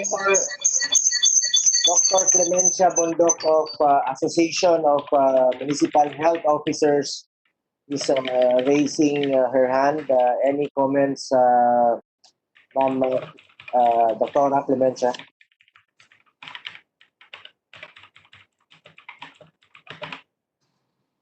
Philippines. Since yesterday po, we have started already receiving OFWs from different areas. And our pressing problem at the moment is the availability of quarantine facility. While we are waiting for the installation of those facility quarantines that we are proposing, we need help to address the pressing problems on the influx of OFWs. Wala na kaming areas kung saan sila ilagay, because now DepEd has already called our attention na hanggang May 31 lang yung agreement that we could use school institutions for facility quarantine of this coming OFW. And the evacuation center itself is not an ideal setup in order to observe proper standard precautions and infection control. So right now, we are appealing through your help and the rest of the other senators to please help us in addressing this, because we need the facility of the Department of Education in order to facilitate and to assist all of our OFWs para ilagay sila sa isang institution that is clean, comfortable, and compliant with the infection standards. Yun lang po. We don't refuse receiving all these OFWs as long as we have enough space, we have enough accommodation, because we are very much willing to do our share in trying to combat this COVID pandemic. Thank you very much. Can the DOH coordinate with the Department of Education regarding this concern, Secretary Duque? Yes, Mr. Chairman, we will do that. And in fact, we will elevate this to the interagency task force for deliberation and hopefully a resolution to address the concerns of that end. Thank you, Mr. Chairman. Okay, thank you very much also. Thank you, Secretary Duque and Merlin. We take note of your comments. If there are no more issues regarding this topic, we will move on to the last item in our agenda for today. The amendments to Republic Act 11332. Let us now discuss the proposed amendments to the mandatory reporting of notifiable diseases and health events of Public Health Concern Act. We have Senate Bill 1416 filed by Senator Marcos, Senate Bill 1436 filed by Senator Hontiveros, Senate Bill 1533 by Senator Bato de la Rosa, and Senate Bill 1528 which I filed. Public Act 11332 should not just be about reporting the numbers, but ensuring a good system of collecting and reporting of accurate and timely data. Surveillance is a backbone of a good public health system. May we please know the position of DOH, Secretary Duque? Mr. Chair.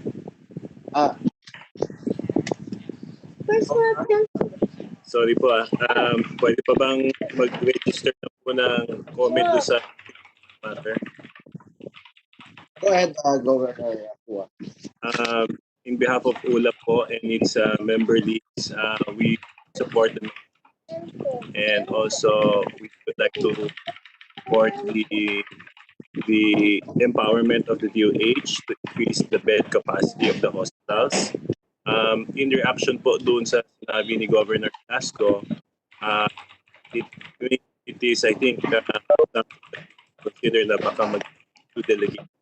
So may we recommend offhand if the body will consider na if it would wish to put a ceiling, the logical ceiling would probably be when the DOH achieves the targeted number of beds per person. Yung sinasabi niyo pong 1,000 na ideal po, 1,000 persons per bed. Perhaps that can be the ceiling upon which the measure can be tied to, Mr. Chair. On another note, Mr. Chair, we also would like to support the President's call and your call that let us help the OFWs. We agree with you na kailangan sila tulungan and we are doing our best to mobilize with fellow Ws so that we can accommodate, receive, and welcome home our new age heroes, ang mga W po. Thank you po, Senator. Salamat.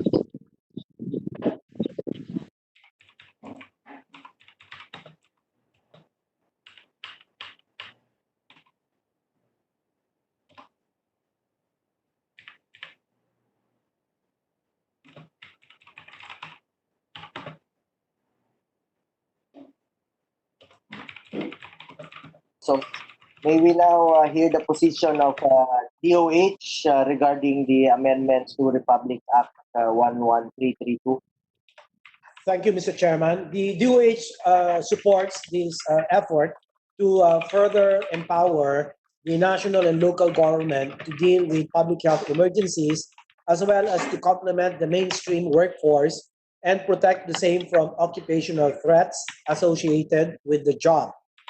While Republic Act number 11332, or the mandatory reporting of notifiable diseases and health events of public health concern Act, has significantly improved on the mechanisms for DOH to manage epidemics, COVID-19 has brought to light shortcomings of the law that need to be addressed. Lack of staff, for example, this limits the capability of our local epidemiological surveillance units and cripples contact tracing activities and disease surveillance efforts as incidences of close contacts rose exponentially. Meanwhile, incidents of violence against healthcare workers and numerous sources of misinformation present an opportunity to revise the law to solve these problems. Mr. Chairman, we have a long list of recommendations, and I'll be very glad to submit this list of recommendations for the consideration of the committee. Thank you.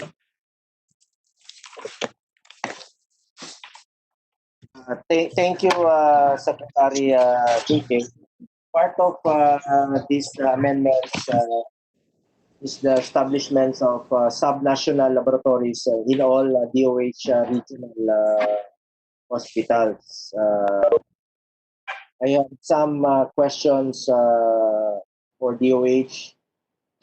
There have been reports that the DOH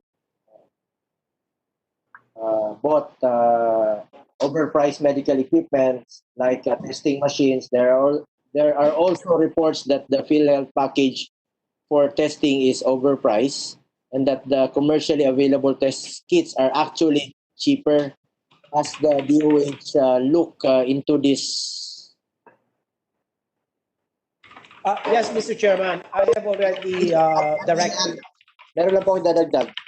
May statement po kahapon, in times of crisis, every peso counts. While government maximize its limited resources, a lot of our fellow Filipinos have also lost jobs, livelihood, and savings. We are fighting for survival, as survival is the name of the game here.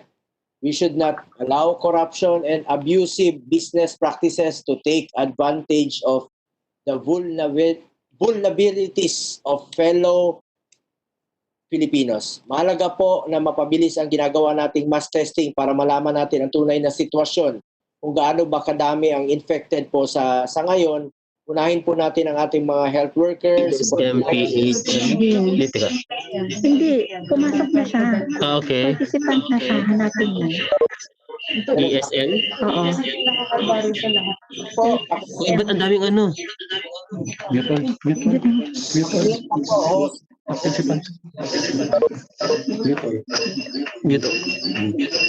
Tapos sino ang nagsasalita? Tapos yun. Si Secretary Duque, Duque. Host, pakiano lang po. Pakihina lang po. Nag-echo kayo. Lang po. Ulitin ko lang po.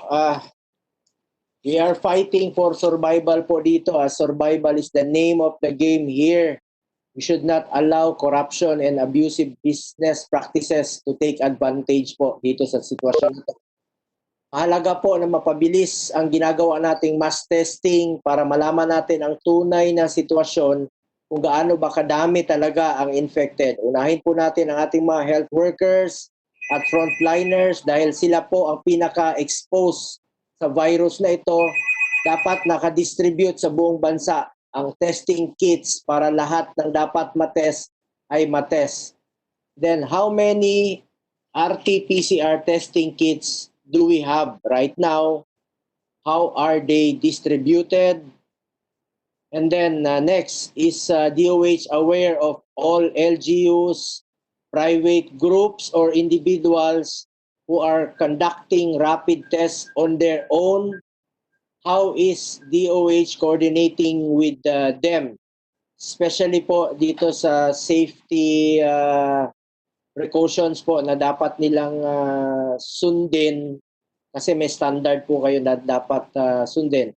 At what is our testing capacity right now and how it is compared, how is it compared to how much we are actually testing daily po itong testing capacity. As of May 24, we have 14,035 confirmed cases while we have 21,000 positive cases, which include both validated and unvalidated results. There is a difference of more than 7,000 cases. What is the cause of the delay of the validation? Kindly answer, DOH. Thank you very much, Mr. Chairman. Doon po sa difference ng total tests na ginawa, yung pong validation, tama po na meron difference of about 7,000. And the reasons being, number one, yung pong mga duplication ng mga data or names or mga inconsistencies. Ito po ay dapat malinisan para maging credible ang ating pong reporting of our positive cases.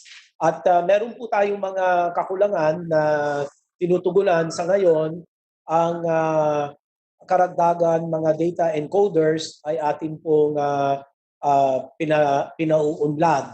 At ilan po ito sa mga dahilan na nagkakaroon po ng pag-antala sa pagbigay po ng ating mga real-time data. So nagpupunyagi po ang inyo pong DOH para po mas mapahusay ang ating pong mga sistema. Katulad po ng we have adopted the COVID Kaya application. We have partnered to address this issue. We have partnered with the WHO to develop the Epidemiology Bureau COVID Kaya Information System application. And this is a platform that will now track all COVID-19 cases and close contacts. The healthcare providers can use this platform to report cases to the DOH Epidemiology Bureau through a straightforward electronic system. And this replaces the previous COVID information system used by our Epidemiology Bureau. However, this will not replace other self-reporting user-driven contact tracing systems. We have also the staff of the epidemiology and surveillance units at the municipality, city, provincial, and regional levels who can now use this platform to conduct case investigations and interview close contacts. This collective information allows them to analyze data on the COVID-19 pandemic to advise response approaches and policy changes. Real-time monitoring reveals bottlenecks and delays in patient services across the continuum of care. So, talagang napakamahalaga po ang ating paggamit ng mga bagong IT applications. At makakaasa po kayo, Ginoong Chairman, na ang DOH po ay talagang isinusulong po ang pagkakaroon ng ganitong mga data apps. Yung pong sa inyo pong katanungan patungkol kung nagkaroon na ba ng investigasyon doon po sa mga aligasyon na overpricing daw ng pagbili ng mga testing kits and equipment kasama na ang mga PPEs ay meron na po tayong mga initial documents na nakalap ng ating Legal Services Office at ito po ay pagpupulungan ng ating pong Legal Services Office at ng PSDBM para ma-reconcile po ang mga numero o mga amounts or figures that have been submitted from the side of the DOH, from the Procurement Supply Chain Management Office, from the RITM, and the endorsed documents for procurement by the PSDBM. So yung pong mga dokumentong ito ay isinasaayos na po at hindi po magtatagal, magkakaroon na po tayo ng resulta ng ating pong joint investigation with PSDBM.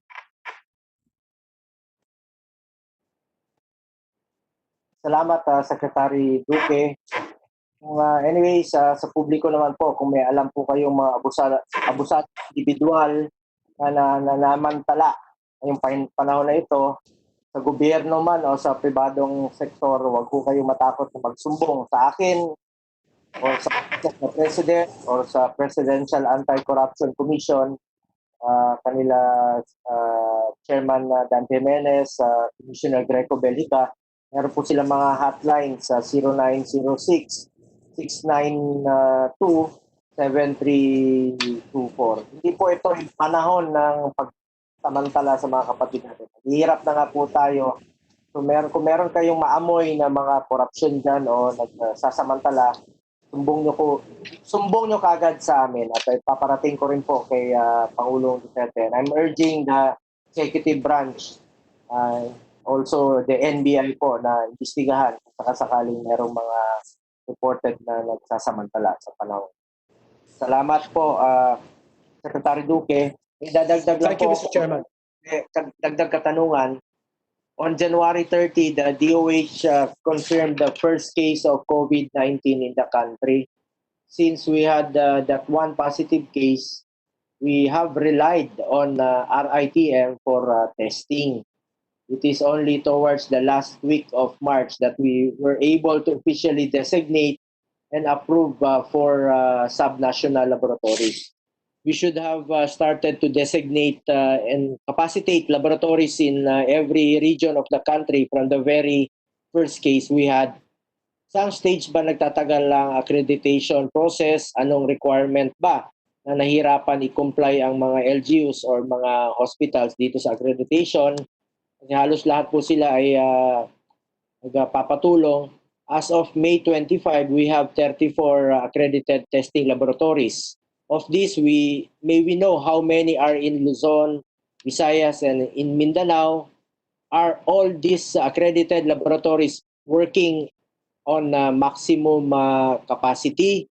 How many applications are still pending? What do we have to do to hasten the accreditation process with regard to these laboratories?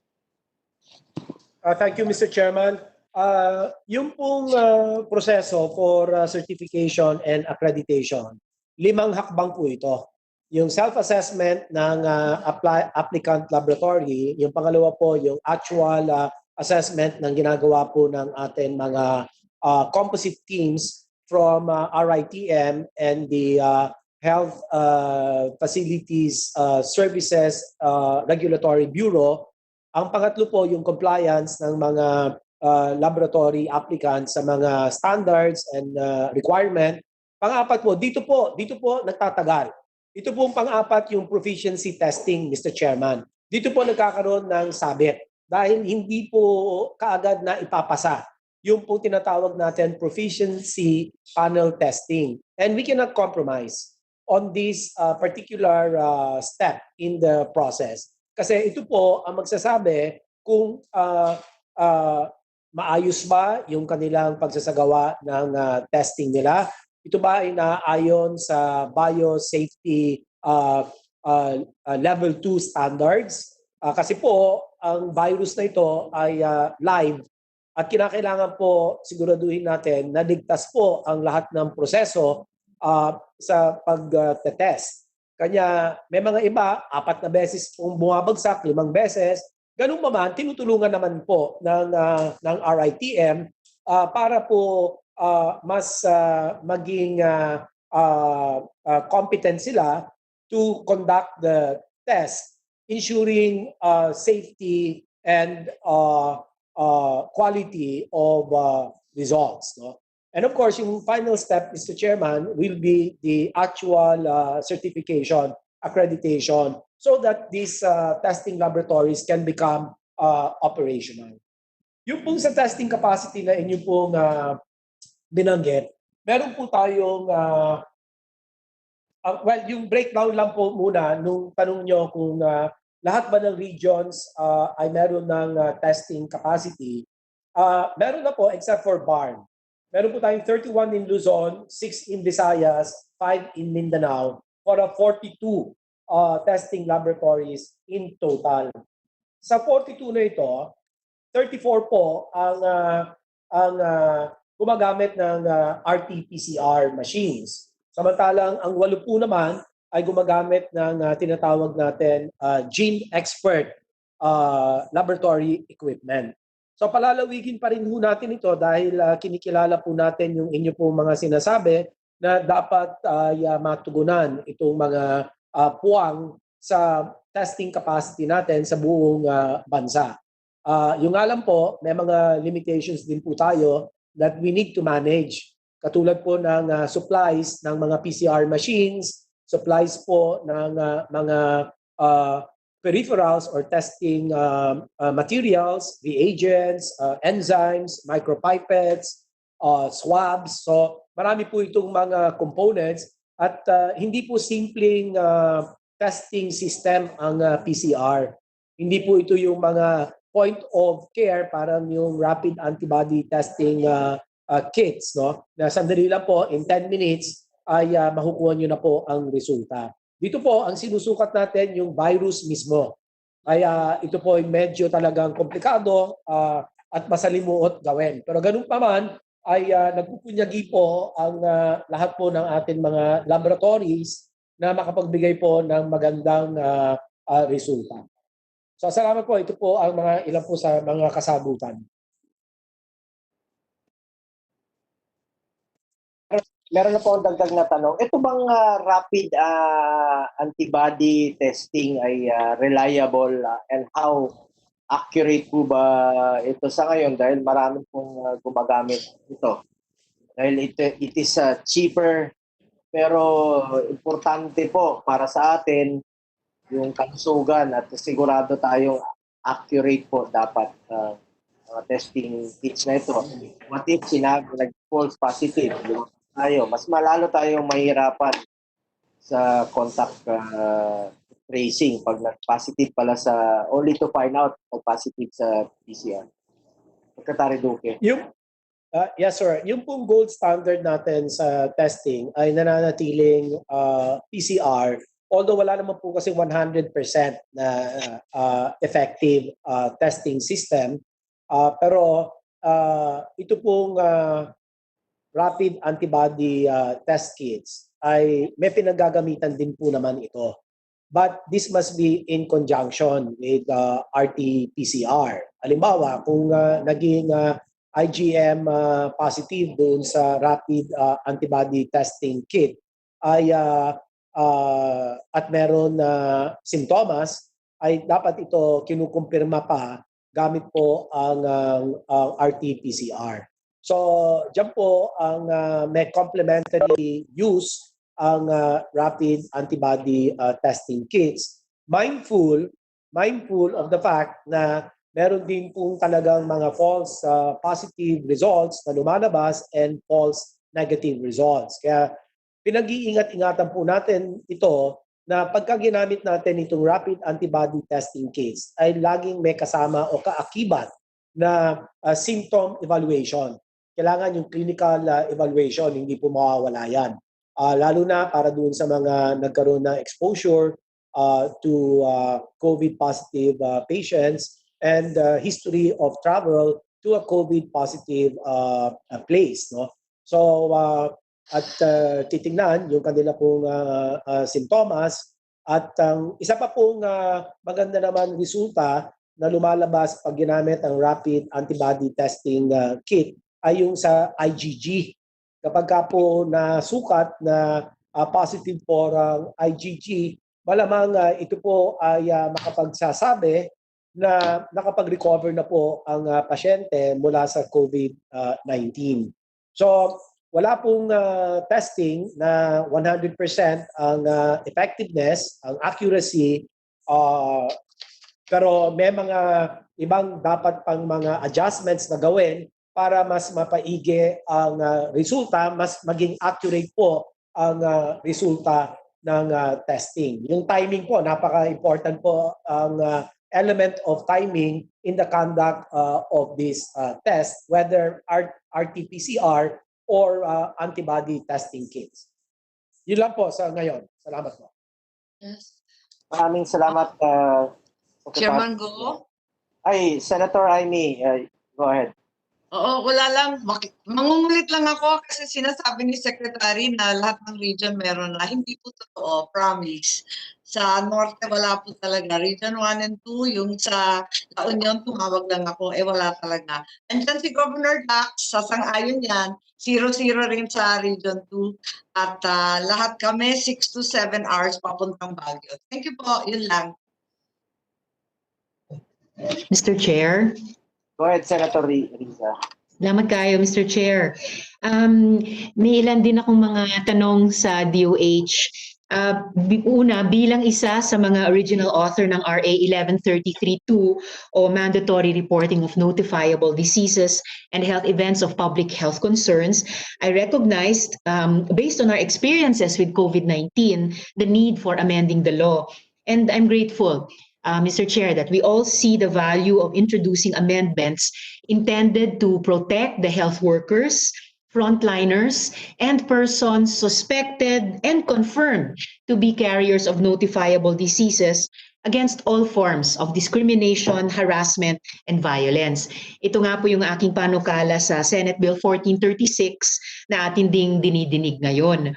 Bahagi ng prinsipyo ng amendments na ito sa RA 11332 ay ang pagkilala sa karapatan ng bawat isa kahit nasa gitna pa man ng public health emergencies, anumang state of calamity o even pa sa community quarantine o lockdown, na siguraduhin ang ating karapatan mula right to privacy, to expression at iba pa will always be promoted, protected, and upheld. Salamat, Mr. Chair. So, yung unang tanong ko po para sa DOH, well, ito pag-uulit ng dati ko nang sinabing rekomendasyon ng aming COVID-19 policy study group na kaugnay nga po nung pinag-usapang accreditation ng mga laboratories. Baka pwedeng i-consider ng DOH na dagdag sa RITM na solong gumagawa ng trabahong ito ngayon, baka pwedeng i-consider ng department, i-authorize din ang UP National Institutes of Health, UPNIH, na tulungan, suportahan ang RITM sa pag-accredit sa mga labs at sa pag-train din sa kanilang mga staff para at least madoble yung mga authorized institutions na kumbaga force multiply sa mga laboratories natin sa ngayon. Pangalawa po, nabanggit po ni Sec. Duque na wala pang laboratory sa BARM. Naririnig po natin sa mga kababayan natin doon, pagdiwang lang nila ng Eid al-Fitr, and then yung 3rd anniversary nga po ng Marawi, na sila po hindi pa nakakauwi at ngayon humaharap pa sa dagdag na hamon nitong COVID-19 pandemic. May plano po ba ang department at nasa saang stage na yon kung sinimulan na magkaroon din ng laboratory sa BARM, whether sa Amaypakpak Hospital or sa iba pa doon? Meron na po tayong as a stage 3 of the certification accreditation, Madam Senator, ang Cotabato Regional Medical Center. So, yung stage 4 po, yun yung proficiency testing at tutulungan po natin sila na makapasa. Ito po yung pinaka-acid test of the process. Kapag ito po ay naipasa nila, madali na po nila makuha yung kanilang certification. So we're sending our people, the technical people, to assist them so that in time for their proficiency testing ay handa na po sila. Yun lang po, Madam Senator. At Sec, mga kailan po na magiging operational yung lab na yan para sa, sa Cotabato para sa BARM? Alamin ko po, Madam Senator, I'll get back to you with that. Thank you. Salamat, Sec. Now, is there an existing information system that is used by facilities and laboratories at the different levels when reporting to DOH? Halimbawa po, isang single dashboard system para dito po sa mandatory reporting. Madam Senator, I'll just consult my staff on the IT. All right po, Sec. And maybe you could get back to the committee on that through the chairman. Sec, paulit-ulit din pong binabanggit yung overpricing. Actually nga po sa ilalim na ng Universal Healthcare Law, Section 28B, dapat meron pong Independent Price Negotiation Board to negotiate prices on behalf of DOH at saka PhilHealth. Ano na po ba yung status nitong Independent Price Negotiation Board? Operational na po ba siya or hindi pa? Kaya nag-surface pa itong mga issues ng overpricing sa tests, test kits, sa machines, etc., PPEs. Wala pong malinaw pa sa ano na po ang kinalabasan nitong pricing reference pricing system, pero Independent pricing pong aalamin. Yes, Opo, please. aalamin ko po, Madam Senator, dahil nga po sa nagkaroon po tayo ng pandemic, ang ating pong naging priority ay ang mga gawain na direktamentang tutugon po. Paano natin mapangasiwaan ang pandemic na ito, paano natin mahinto ang bilis ng pagkalat. Kanya aalamin ko po ito sa malapit ng panahon. And I will report back to you, Madam Senator. Salamat, Sec. Of course, priority natin lahat ngayon ang COVID-19. Ang punto lang po ng tanong na ito, and therefore I propose na i-constitute ASAP na yung Independent Price Negotiation Board. Kasi tulad po ng mga BERTs, tulad po ng mga ESU na kung naalala nyo po yung pagdinig ng komite namin back in February, nirekomenda ko na po na i-activate nyo na po yung mga ESUs ninyo. In the same way, kung operational na kasi itong Independent Price Negotiation Boards, baka po hindi tayo nagkaroon ng problema dun sa mga reklamo ng overpricing nitong mga emergency health supplies natin na kailangan natin sa pandemic. And of course, that board, habang ino-operationalize po natin ang ating universal healthcare system, siya talaga yung magpapatakbo ng maayos ng pag-negotiate ng mga presyo ng health supplies na to, even under non-pandemic, more ordinary circumstances. So yun lang po yung, and I reiterate yung recommendation ko po, i-activate nyo na po ASAP yung Independent Price Negotiation Board na iyan. Dahil nabanggit din po, Sec, yung mga rapid antibody tests, kumusta na po ba yung validation ng mga RATs? Nasa balita po na ang DOH currently testing 39 or 40 or 41 of these RAT test kits. Anong brand na po ba or anong brands na po ba ang nabavalidate ng department? Ma'am, yung validation po ng mga rapid antibody testing kits ay will take about 8 to 10 weeks. Medyo may katagalan po talaga. But we will just furnish you the list of the actual test kits undergoing validation by the RITM in collaboration with the PCHRD of Science and Technology. So we will just be glad to furnish you with an update on the matter, Madam Senator. Salamat, Sec. So matatapos yung validation within 8 to 10 weeks. Starting from when po? Kailan ba nagsimula yung validation? Mga 4 weeks ago po, Madam Senator. Okay po. So hopefully within a month to a month and a half, meron na pong conclusive na validation ng RITM at PCHRD of a few or some of these test kits. Yes, ma'am. Makakaasa po kayo kasi may mga naumpisa na rin pong mga validation together with some private hospitals, no, as to how closely yung concordance rate ng mga test kits na ito with RT-PCR in terms of accuracy. So meron po tayong mga ganun ng initial validation.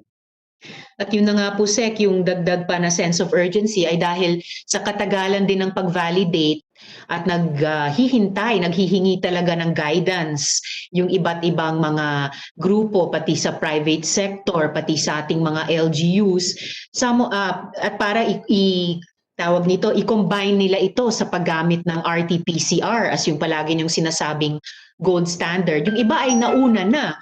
Yung ibang mga LGUs, yung ibang mga kumpanya, nauna na para lang meron silang kahit na something na i-drawing yung curve at para makapagplano sila paano magiging maingat, paano cautiously mag-move forward sa pag-quote-unquote normalize ng sitwasyon both in terms of health at saka in terms of the economy. So talagang urgently awaited po talaga ng publiko itong advice mula sa DOH, specifically RITM and PCHRD. And I think lalo na naging sobrang debated, hotly debated itong topic, hinihintay talaga yung guidance ng DOH as the health authority na guided by no other considerations or interests than yung health, yung public health, no, at yung suporta ng public health sa economic recovery din. Last two questions ko po, Sec. Una po, what are the policies enforced to ensure data privacy during public health emergencies? Ano po ba ang protocol suggested ng National Privacy Commission or suggested sa DOH to ensure that information gathered during public health emergency remains private and confidential? And would these protocols be considered in lieu of the proposal for exemption? Ma'am, sa ngayon po kasi sa Interagency Task Force resolution, meron po tayong inadapt two-pronged approach in disclosure. No? One is allowing public disclosure of COVID-19 patient information only among the national government agencies.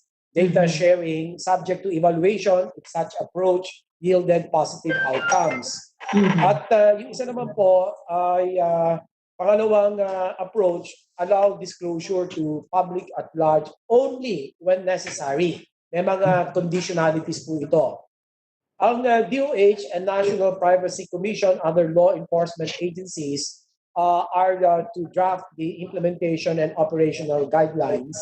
At ito po ang kakalabasan ay ang DOH. Lumabas na ito, if I'm not mistaken, as an IATF resolution, NPC DOH Joint Memorandum Circular 02 dated April 24, 2020. We'll be very happy to submit a copy of this to you, Madam Senator. Salamat, Sec.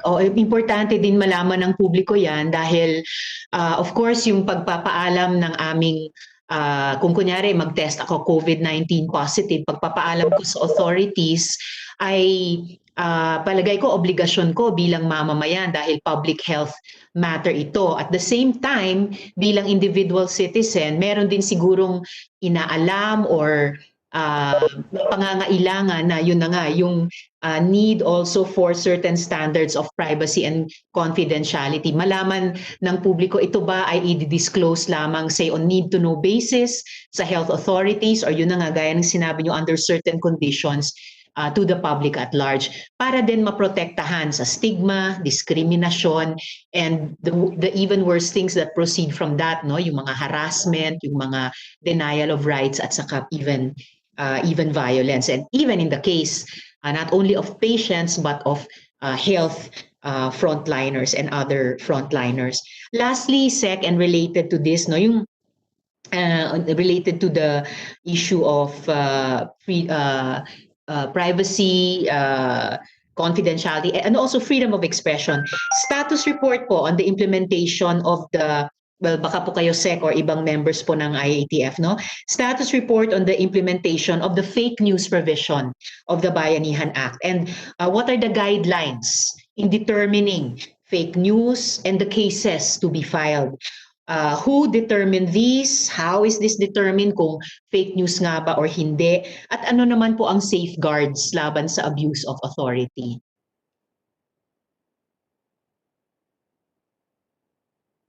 Mr. Chair. Mr. Chair? Go ahead, Senator Lisa. Salamat. Sec Duque, sasagutin niyo po ba yung tanong na iyon? Or what, did I hear another resource person wanting to respond? I also heard someone, Senator, who was going to manifest. Apo. Mr. Chair. Sino po yung Mr. Chair? Go ahead. Hi, Mr. Chair. Asek Mani, DICT, Head of Cybersecurity Bureau. Ayun, Mr. Chair, si Asek Mani po ng Cybersecurity Bureau. Absent the convening of the Cybercrime Investigative Coordinating Council, the Cybersecurity Bureau has already initiated first the a parang quasi-investigative coordinating council with DOJ and DILG along with PNP Anti-Cybercrime Group and the NBI po. So, ang mangyayari po, pag meron pong balita ng isang fake news, we await po for a formal investigative report from a complainant or ang NBI or ang PNP po ang magbibigay sa amin ng request for to help them in the investigation. The proper mode po, ma'am, is that the DICT is not actually doing the investigation, but it is the PNP Anti-Cybercrime Group and that the NBI po. Kami po are merely providing technical assistance on the use of technologies to determine kung saan ang source, saan ang mga address, ng mga ganyan. As to determining whether it's truly fake or not, I think the police naman po and the NBI and their lawyers have a means of determining against reliable sources and everything po. Kami po tumutulong lang doon sa pag-check kung saan ang source, saan kaya ang servers and everything po. And then we can help in stopping the propagation of the fake news po. That's it po. Pero the guidelines, I think we are in the works of creating a set of guidelines to handle cybercrime specifically on fake news po. That's it. Salamat, Asek Mani. Pero prior yung pag-finalize nitong dinadraft yung set of guidelines, meron na pong mga netizens na aresto allegedly for fake news. So paano po yun? Ano po yung naging context nung pag-apprehend sa kanila or yung pag-subject sa kanila ngayon ng mga kaso? The first one I could think of the top of my head, yung isang miyembro ng Dakila Collective sa Cebu City. Paano po ba yun? Parang nauna yata yung karetela sa kabayo. Hindi pa pala finalized yung set of guidelines na subject na po sila sa law enforcement and even legal procedure. So ano po yung mga safeguards laban sa ganitong whether abuse of authority or premature use of authority? Asek. I think dumaan naman po yun sa tamang law enforcement procedure. Ang sinasabi ko pong guidelines is yung guidelines for DICT to in the aid of the investigation. But I believe yung apprehension went through the proper law enforcement procedures naman po. Well, I guess, Asek Mani, alam natin pareho na yun yung isang dinedebate ngayon ng mga abogado, ng mga inaresto, those few na may abogado, na nakaka-afford ng abogado, with yung legal or lawyers ng mga arresting authorities naman. Kasi importante na kapag meron tayong batas, ma-implementa ito ng maayos, no, for its stated purposes, at hindi ang nagiging karanasan ng mamamayan na subjected to those law enforcement and legal procedures ay naaabuso naman yung kanilang karapatan. But so thank you for your responses, ASEC Manny. I-follow up ko na lang po itong mga issues as we move forward. Salamat kayo, Mr. Chair. Thank you, Senator Riza. Meron na po akong sisingit sandali, no? Itong about vaccine. Alam nyo, same with Senator Amy Marcos. Promise, excited tayong lahat sa vaccine, pero wala pa po. So maraming sumasali, madaling makadiscovery po ng vaccine. At sa maalala ko po, Pilipino minsan di nagpapa-vaccine, pinipilit pa nating magpa-vaccine. Dahil minsan takot sila, kahit po libre yung vaccine. Pero ngayon, halos lahat tayo nag-aantay na sa vaccine at gustong magpa-vaccine na kaagad dahil sa nangyaring pandemic na ito. Secretary Duque, pwede niyo bang ma-explain sandali sa publiko kung ano ba itong vaccine, kung bakit gaano po ito kahalaga para maintindihan naman po ng tao kung hindi po ito cure but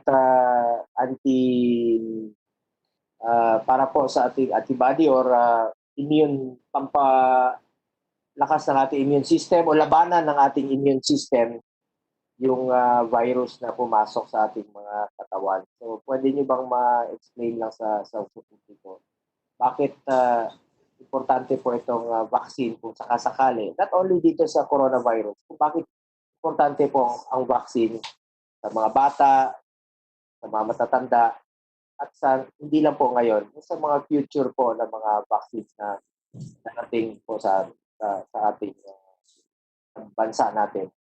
Promise, I'm excited na po sa vaccine. Ayun ang sinabi ni Senator Ivy. Maraming salamat, Mr. Chairman. Yung pong bakuna, napakamahalaga po ito bilang isang public health policy and public health intervention para po sa proteksyon laban sa mga tinatawag natin vaccine preventable diseases at marami-rami po ito. Umpisahan po natin sa measles, bakuna laban po sa polio, laban po sa diphtheria, pertussis, tetanus, laban po sa TB, laban po sa atin PCV, laban po sa pneumonia na ang sanhi po nito ay ang bacterial Streptococcus pneumonia at saka meron din pong bakuna laban sa Haemophilus influenza. May bakuna po tayo laban sa hepatitis B. Meron po tayong bakuna laban po sa tetanus, rabies, at marami pa po mga ibang mga sakit na kapag nabakunahan po ang isang individual, magkakaroon po siya ng tinatawag na paglikha ng sundalo o antibodies sa loob ng katawan. Ito po mga sundalo na ito, kung tawagin po natin antibodies, ay siya po ang kapag naturukan kayo ng bakuna, yung pong immune system ng katawan, ang pagresponde doon sa bakuna na yan ay paglilikha ng antibodies or yung mga sundalo. So kapag dumating po ang panahon na yung tunay na sakit ang makakadapo o makaka-apekto doon sa mga bata o sa individual, yung pong katawan, handa na kaagad mag-react. Meron pong tinatawag very technical anamnestic response na yung antibody kapag nagkaroon po ng actual infection, tataas po yung antibody response at handa pong labanan. Ito pong mga mikrobyo o ito pong mga viruses para hindi po makapagbigay peligro sa kalusugan ng individual. So ito po ang isa sa pinakamahalaga po na public health intervention among all. This is cost-effective, murang-mura po ito. Kapag hindi po natin binigay ang bakuna, marami pong masamang mangyayari. Ang ating pong ospital ma-overwhelm ay ang mga sakit, ang measles, ang polio, ang mga pneumonia cases ay dagsa po yung mga yan. Kanya hindi po tayo makakapayag na ito po ang kahihinatnan. Kanya po yung bakuna ay mahalagang mahalaga. Kaya ito po ang ating isinusulong, malaki po ang pondo na ibinubuhos ng ating pong gobyerno para makapag-angkat ng mga bakuna at para po sa mga magulang, ako po'y nananawagan na dalhin po ninyo ang inyong mga sanggol, ang inyong pong mga anak.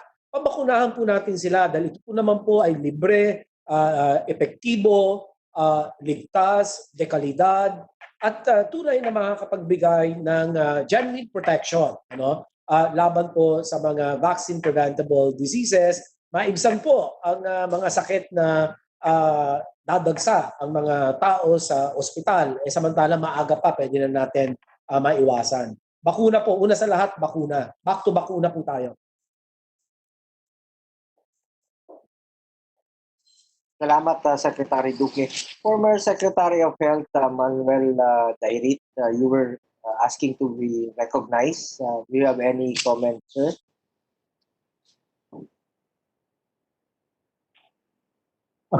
Can you see me? Good afternoon, Excellencies. Can you hear me? Sir Dairit. Yes, sir. Yes. Naririnig po ninyo ako? Yes, sir. Go ahead, sir. Okay. Well, I was invited by the committee secretariat to possibly make a comment. I had just 3 points. Firstly, on the point about the amendment, I would fully support that, particularly at this time when we are really firefighting against COVID. So I would agree that these are all measures to try to contain the COVID-19 virus and to safeguard our people. But beyond these firefighting measures, maybe I can say a few things. Our difficulties in fighting COVID have to do also with the weakness of our health system, which has been built up over many years. And I would simply want to echo the comment of Senator Pia Cayetano, who actually said that in 2004, when she was chair of the Health Committee, she saw that there was really underinvestment. I think what has happened with COVID-19 is now there is greater consciousness in the population and also among our local government officials, because we have a devolved system. And many of our local government officials did not make health a priority. But now that the situation and the attitudes of people have changed, what I would simply want to say is this is really an opportunity to modernize our health system. Maybe I can quote Secretary Lorenzana in one of the webinars that we had. He was talking about the modernization of the armed forces of the Philippines. And then he actually said we were modernizing the armed forces. Ang kalaban pala yung virus. And I would like to use that as a jumping point for really supporting the bill of Senator Pia. Because the bill that she actually is proposing is really a 10-year bill to ramp up investment for health. But I would broaden that to go beyond health facilities. I think we should really take the opportunity to look at our total health system, devolved as it is, and think about how we're going to modernize it, both national and local. Because we can't have local governments just say, you know, you're in charge of your hospitals, you're in charge of the provincial hospitals, you're in charge of the district hospitals, just modernize that. I think we have to modernize our whole system as a whole system, both national and local government. just a case in point, we can see that our public laboratory system is very, very weak. And we don't have public labs, particularly, for example, and I go back to Senator Amy Marcos, saying there are no public labs in Region 1, Region 2. This has to be a planned response with public funding. And I think this is the time to actually modernize with a deliberate plan and to think about what is on the ground.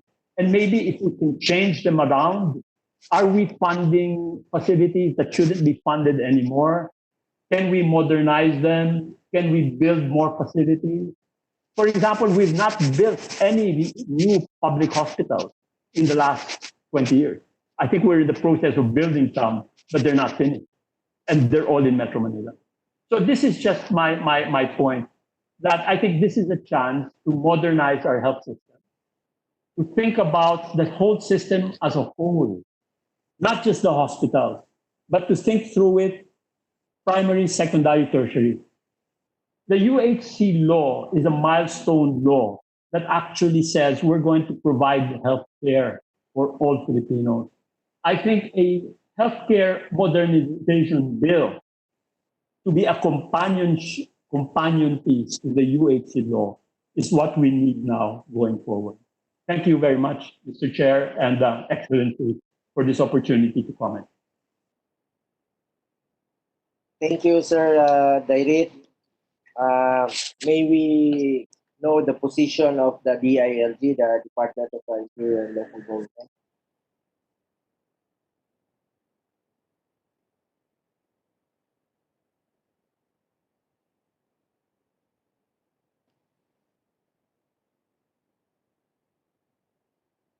DILG, do you have any representative? Yusek? Yusek, yes, Yusek Echeverry. yes, Mr. Chair. Yes, Mr. Chair. Oy, gising ka Yes, na. sir. Yes, sir. I apologize for that. Won't happen again. Wag dito sa sa Yes, sir. Committee on Health. Hindi, biro lang po. Pag alam kong pagod na rin po kayo sa trabaho. Yes, Mr. Chair. Go ahead, Yusek. As to, sir, we interpose no objection as to all the bills, and we applaud the bills which were now being proposed, most especially on the additional bed capacity, including the plans for the LGUs to include more infrastructure for hospitals. I will reserve the comment on the mandatory reporting of notifiable diseases later on, Mr. Chair. But on the topic at hand, we interpose no objection and we support the bill. Thank you, Yusek Echeverry. May we hear the comments of the OCD? Yusek Ricardo Halad.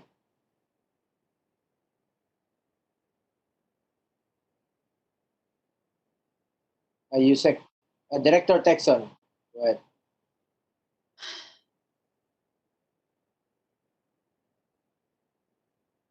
Was filed by the different senators, particularly that of Senator Bongo, requiring the establishment of quarantine facilities. No, sa amin na po, we were looking at different laws and reflecting on our current response, and what we have noticed po is that talaga pong medyo kalat-kalat po yung ating mga batas.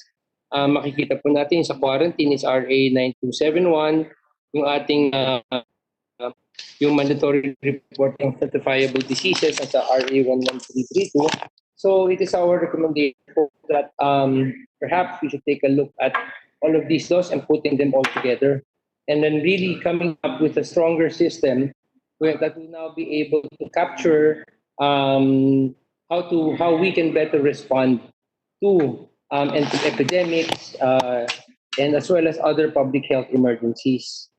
So as another point po, we would like to push that sana po we can further strengthen the role of the DOH and its regional offices, of course, together with the local, relative to the prevention and response to infectious diseases that will enable early detection and prompt response to possible cases of infection, prevention of outbreak, establishment of quarantine facilities. No? Mainstreaming of sanitation, hygiene, and knowledge on infection control. And of course, yung ano po, clearly delineating the roles of the DOH and the NDRMC with respect to the response to such outbreaks and other public health emergencies. Nakita po naman kasi po natin ngayon, kahit in this particular situation po, hindi ho masyadong na fit mabuti kung paano po magtatrabaho, kung paano po yung dynamics between the DOH, the IATF, and the NDRMC. Buti na lang po ay nahabol po natin at we came up with a system naman po. But I think for future purposes po, we believe that maybe we can put this and really put this in the law, a well thought of system, so that buti nga po at this particular point in time, highly infectious pero yung mortality po nung ating nakikita ay mababa. Paano na po kung medyo mas grabe po yung nangyaring virus? And then we would like to also state po that that this August body might want to consider stating in the amendments that the declaration of the declaration of a public health emergency should have the same force and effect also, or should automatically trigger state of calamity. Para po hindi na po natin kailangan magkaroon pa ng separate na declaration of state of calamity to allow the LGUs to tap their QRFs po. They should now hasten the response of the various local government units in case of public health emergencies po. Now, lastly po, going back to sa quarantine facilities, we have tinignan po namin yung number po natin ng mga evacuation centers. And of course, iba-ibang klase naman po ng mga quarantine facilities ang titignan natin. Meron tayong titignan na quarantine facilities for suspects. May quarantine facilities tayo po for yung mga positive na po, identified positive. And even quarantine facilities for kagaya ngayon po yung sa OFWs. So we're also looking at perhaps being able to retrofit some of our existing evacuation centers. And then for yung mga bago po natin, ma-redesign po natin na para pwede rin siya siyang magamit na multi-use. Na pwede siyang evacuation center and quarantine facilities. What we will probably have to do also is just to be able to, as Secretary Duque earlier mentioned, to be able to stockpile on the materials and equipment necessary po for us to be able to convert these evacuation centers into quarantine facilities. With that po, thank you very much, Mr. Senator, Mr. Chair. Thank you, Director.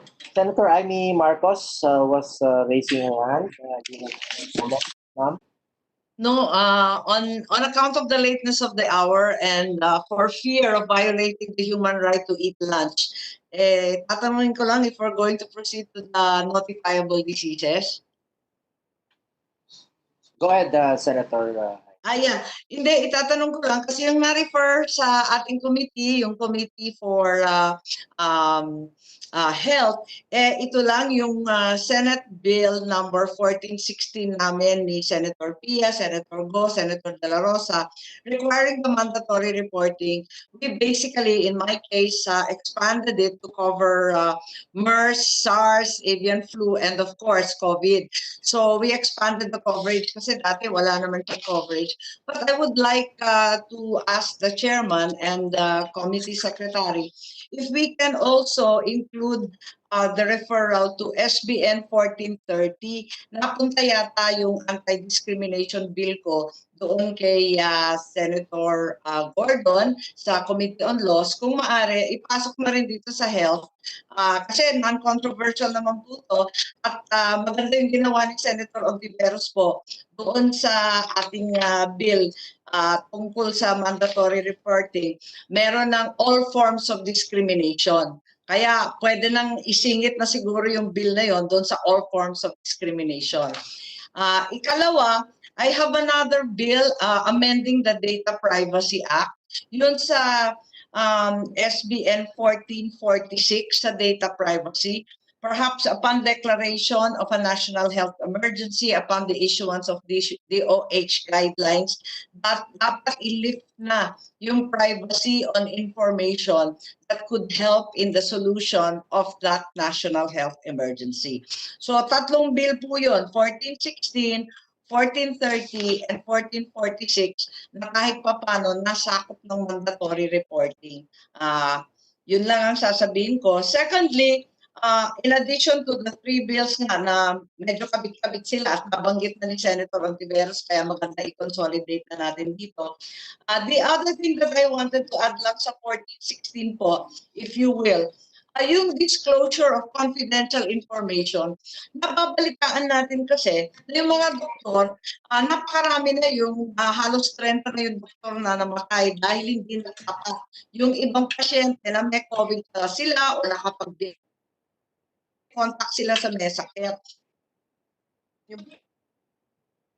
include that as a punishable bill.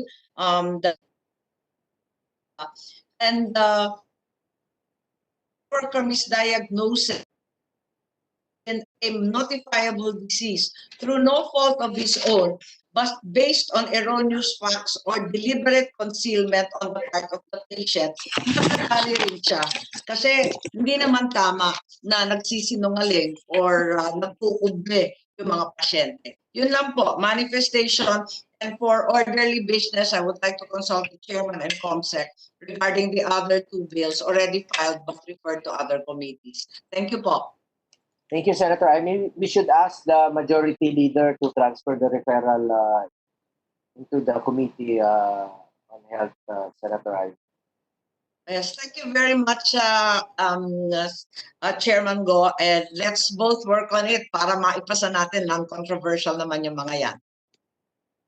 Thank you. May we hear may we ask our LGU representatives, some of the amendments require LGUs to establish their own epidemiology and surveillance units with trained personnel and adequate resources. Can you also share to us your experience in disease surveillance, like contact tracing? What are the resources and systems needed to be put in place in the LGU so we have a functioning and efficient surveillance system? Governor Velasco of the League of Provinces. Thank you, Mr. Chair. Well, with respect to amendments, can I revert back first to the bill on the need to increase the bed capacity? May I propose that a provision be made putting a cap on the power of the DOH to increase the bed capacity. Say we can probably say 20%. The authority of DOH will not exceed 20% of the existing bed capacity. There has to be a limit as to the power of the DOH to increase the bed capacity. Otherwise, may be considered undue delegation of legislative power. Now, with respect to the epidemiology and surveillance unit, we are in full support of the bills, Mr. Chairman. Contact tracing has to be strengthened, and we know that it has a vital role in determining who are the infected persons. I'm sure with the passage of a law on the ESUs, the contact tracing will be strengthened to a very high degree. So we believe that ESUs will have to be set up in almost all the LGUs, Mr. Chair. So with respect to the notifiable diseases bill, I would just like if we can define the phrase false information and also perpetuating or spreading of false information, Mr. Chair, so that it can be clear, made clear to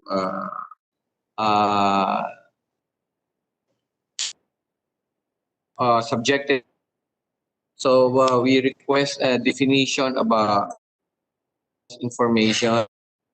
So the perpetuating or as to avoid as to vagueness or overburden. So with respect to the Mr. Chair, we are in full support of these bills.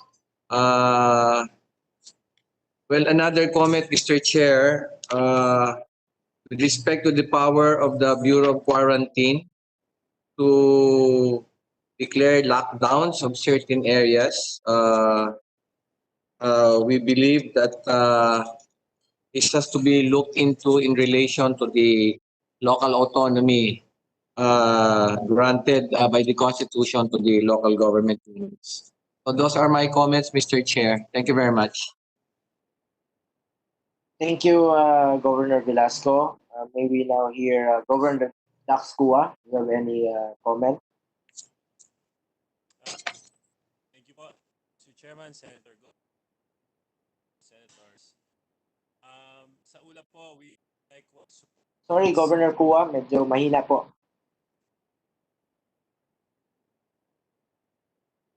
Na po ba? Chair? Wala po. Wala pa rin. Diba to, kumain na oh. Mr. Chairman, can I manifest, Mr. Chairman? Mr. Chairman, Go ahead, can I manifest? Okay. Yes. This is just with regard to the earlier point that you have raised, Mr. Chairman, on sending back children to school if while there are no vaccines available yet against COVID-19. May I make a manifestation, Mr. Chairman? Number one, I think children are certainly very valuable to President Duterte, and he doesn't want to compromise health of the children. And we cannot risk the children going back when there is no vaccine, as what the President, I understand, has articulated. But we hope that the vaccines will actually happen or be available the soonest possible time. As I have said a while ago, very important po ang bakuna. But habang wala pa naman pong bakuna, siguraduhin lang po natin yung mga minimum health standards are provided, are met to mitigate the risk to our school children. Yun lang po, Mr. Chairman. Maraming salamat po. Unahin muna natin yung safety or health po ng bawat kabataan or anything else. Yun naman po ang pronouncement ng Pangulo. Unahin po muna yung vaccine bago maging normal po ang takbo ng klase. Anyway, meron pong plano na po ang ating nakausap ko the last time, si Secretary Briones. Mga plano nila sa pagbubukas ng klase, be online, even sa kay Secretary Popoy Rivera sa Cedric po. Tinitingnan nila yung planong online pag-aaral. Bata. Go ahead, Governor Dax Kuwa. Thank you, Mr. Chair. Naririnig Mahina pa rin, Governor. rin po.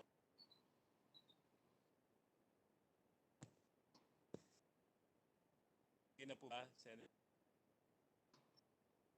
Mahina pa rin.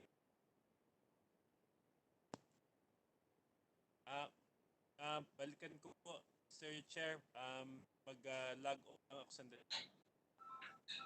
Governor Dax Kuwa, medyo mahina pa rin po yung boses niyo.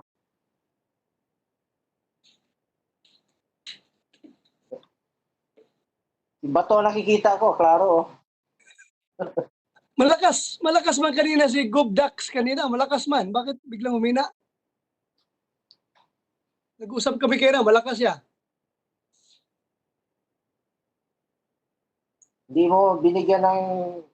ka nag-share ng pagkain mo. Busog ka na, kita ko. Pritong manok Bisaya, pre. Mr. Chairman, pritong manok Bisaya. Oh, klaro. Klaro. Thank you, Mr. Chairman.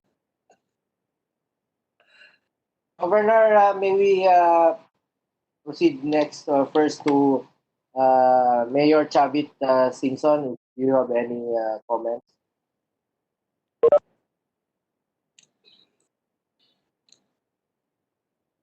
Mayor Simpson.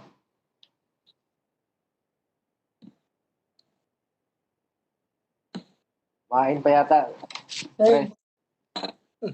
Next, Dr. Clemencia Bondoc of the Association of Municipal Health Officers of the Philippines. Good afternoon again. For all the bills that were forwarded and presented, we give our full support, and then we'll be sending all of our input that will help achieve and facilitate the vaccination.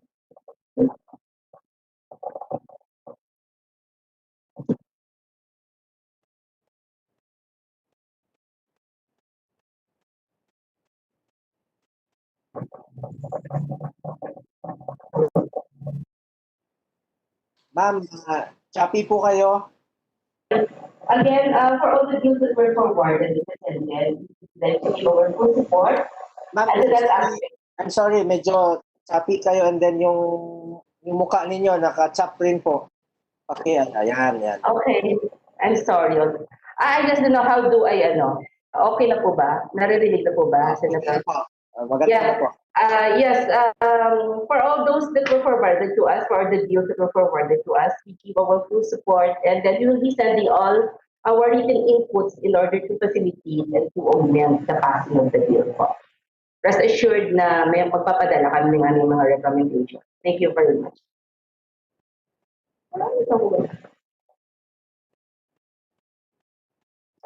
Thank you, ma'am. Yes, sir. Rest assured you will be sending it ASAP po, so that it could add up into the implementation of it. Thank you. Balikan po natin si Governor Dax Kuwa of ULAP. Governor.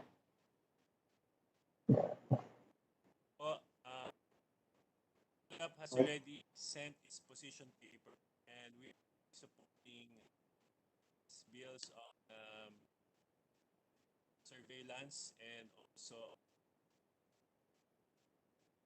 quarantine facilities. So, talaga ang kailangan support. Send po namin yung position paper. Thank you, Governor. Kindly submit na lang po your position paper. Medyo mahina po, sir. Salamat. Thank you. Can we hear from the National Privacy Commission regarding the amendment exempting necessary information for disease surveillance from the Data Privacy Act? Can we hear from... Yes, Mr. Chair. Yes, good afternoon po. Thank you for inviting the National Privacy Commission in today's committee hearing. The NPC recognizes the state's duty to adopt an integrated and comprehensive approach to health development and protecting people from health threats, while at the same time, we have the duty to protect fundamental human right to privacy. From recent events, we have witnessed po the catastrophic impact when patients with notifiable diseases fail to accurately and truthfully disclose information. We have likewise witnessed discrimination of patients suspected or found to be infected with COVID-19. With this, we support po the provisions of the bills mandating stricter approach against discrimination on patients, healthcare workers, and frontliners. We likewise emphasize that one way to protect them against discrimination and unfair treatment is ensuring confidentiality and integrity of their personal data at all times. We stand by our position that disclosure of health information should only be done through proper authorities, government agencies that has the mandate to process the same. Sana po iwasan po natin yung disclosure to the general public via social media if it is not absolutely necessary, as mentioned earlier by Secretary Duque. On the proposed amendments po, we have just one comment as of now. On Section 6D, we recommend po sana that we remove po yung exemption na phrase on data collection, analysis, and dissemination of information na thus should be exempted from the provisions of the DPA on accessibility of data. It would seem po, my honorable senators, that this has caused great confusion. Some people po kasi interpreted this as access of the general public to all health data, which is not po, I think, the rationale for this provision, the rationale being that DOH be allowed to collect, to analyze data from hospitals, etc., from the ones who need to report the notifiable diseases. And maybe also because DOH then and other government agencies who are mandated to process din naman po personal, specifically health data po, of notifiable diseases related health data, they are already within their mandates to do so.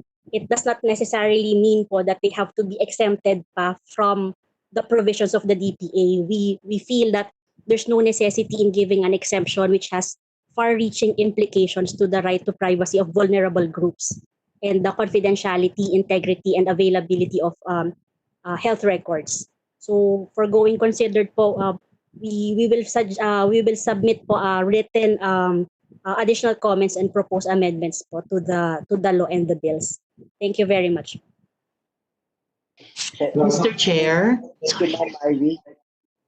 Mr. Chair. Go ahead, Senator Riza. Salamat kayo, Mr. Chair. So, andyan pala ang kasama natin ang National Privacy Commission.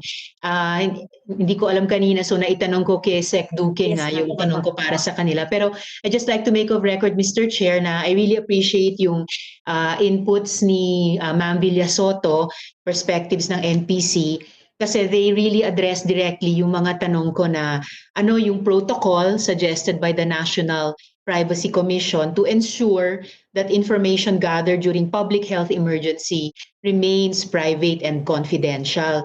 At nasagot din po niya yung kaninang naitanong ko kay Sec Duque na would these protocols be considered in lieu of the proposal for exemption? So noted ko po yung the exception they took dun sa Section 6D on exemptions. And I just wonder, Mr. Chair, kung meron pang gustong idagdag si Ma'am Villasoto dun sa dalawang tanong ko na iyon, since they were really specifically po para sa National Privacy Commission. Yes, Madam Chair, Mr. Chair. This as of now, yung pa lang po yung comments po namin dun sa notifiable bill, notifiable diseases na amendment. We will submit po additional comments po within the ASAP po namin. Okay, maraming salamat, Ma'am Villasoto. Very much appreciated. Salamat kayo, Mr. Chair.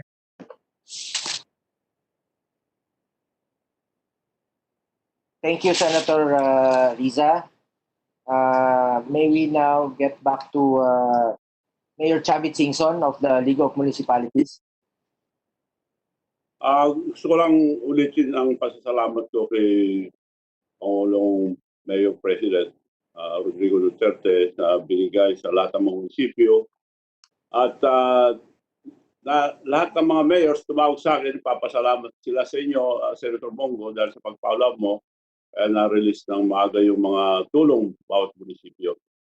And gusto ko lang ulitin yung sinabi ko sa kanina, yung Partas Bus Company, 400 yun nakahanda po sa programa nyo na balik probinsya. Kung kailangan ma-coordinate sa opisina nyo.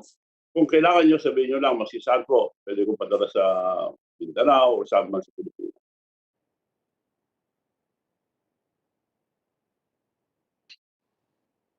Yun lang po. Salamat. Maraming salamat, Mayor Chavit, sa inyong suporta sa administrasyon. Rest assured po, kapakanan po ng bawat Pilipino ang uunahin natin dito. Wala naman po silang ibang matakbuhan ng gobyerno naman po. Serbisyo lang po tayo sa kanila. Salamat po, Mayor Chavit Singson. May we now hear the comments of the Department of Justice on adding in the prohibited acts of discrimination against health workers and patients, and also the act of spreading false information regarding an epidemic or public health emergency. Attorney Melvin Suarez of the DOJ.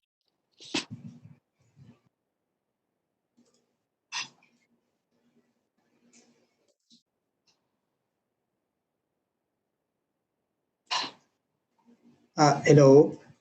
Go ahead, Attorney.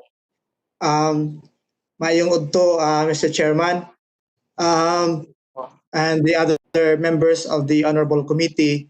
We would just like to manifest for the Department of Justice, Mr. Chairman, that minutes before the meeting started this morning, we already submitted an advanced soft copy of the position paper or comment of the department on the subject legislative measures for the consideration of the Honorable Committee, Mr. Chairman. It's more or less a 6 to 7 page position paper or comment. And we will be sending the signed copy of the position paper, Mr. Chairman. It will follow through for the submission to the Honorable Committee, Mr. Chairman. Thank you. Thank you, sir. We will wait for your position paper. Thank you. May we now hear the comments of our health associations. Just kindly limit your comments to 5 minutes. Pag-usap ang oras natin. First is Dr. Jaime Almora of the Philippine Hospital Association. Yes, sir. Mr. Chair, the Philippine Hospital Association supports all the efforts that were mentioned about increasing our testing centers, increasing our numbers of isolation beds or bed capacity of hospital. We support the effort to increase our quarantine capabilities, to penalize fake news, and most especially would like to support the bill of our Senator Amy Marcos about punishing those who do not disclose the presence of contagious contagious diseases like COVID, but it should be widened to include HIV and hepatitis, so that our health workers would know how to protect themselves, because protecting the personal protection for health workers is quite expensive. If all patients that we see we observe the full protection, then it would make healthcare more expensive. So this is very important that those who are having communicable diseases should notify immediately their physician, so that the precautionary measures be taken to avoid the health worker getting infected.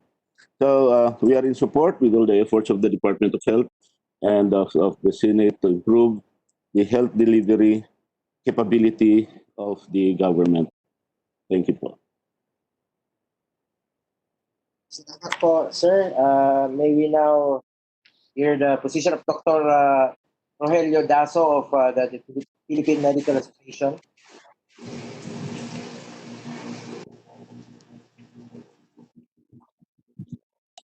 Hello, sir. This is Dr. Rogelio Dazo. I'm sorry, but my camera is not working. Can you hear, sir? You may proceed. You may speak. Okay.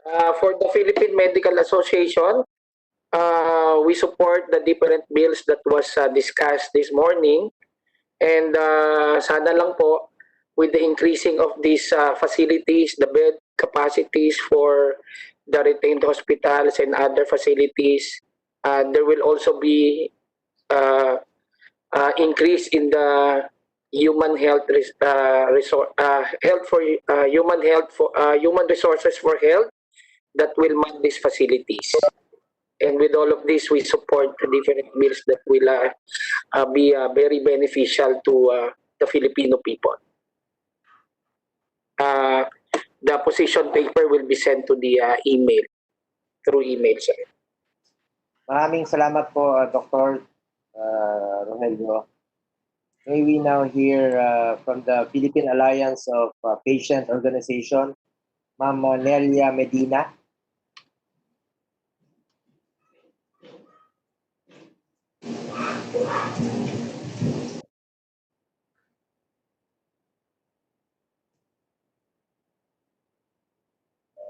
Miss Nelia Medina.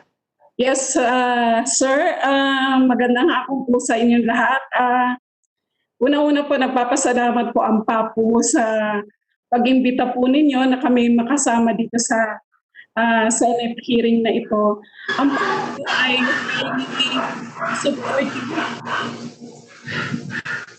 highly supportive po sa lahat ng efforts ng ating government para po makabuti ang kapakanan ng lahat ng mga pasyente, lalong-lalo na po during this pandemic period.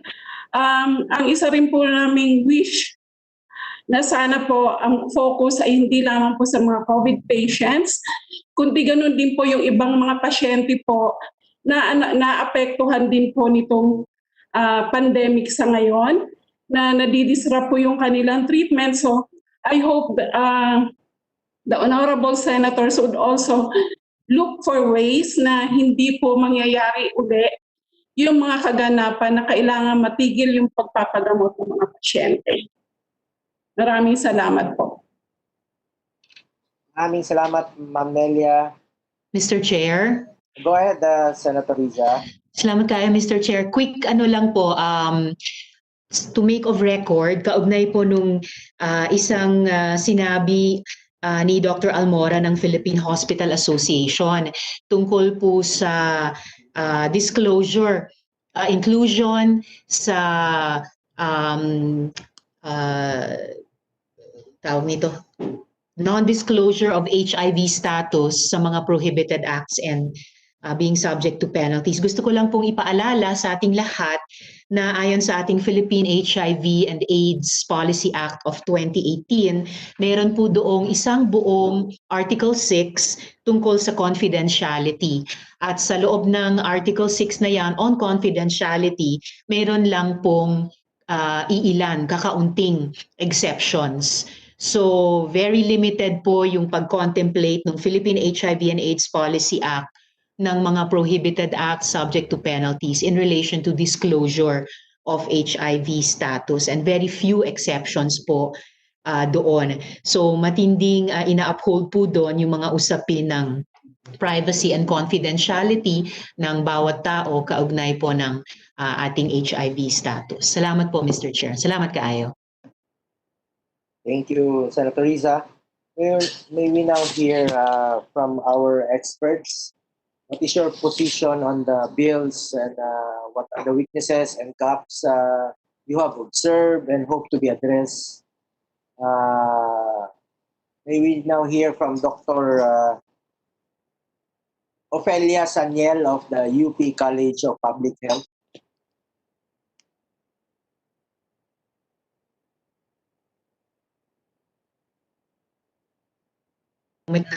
Alam ko yung term na what it means more or less, pero ano nga ba yung term na yun? Nakawag po yata kayo. Ha? Nakawag kayo? Hindi. Hindi.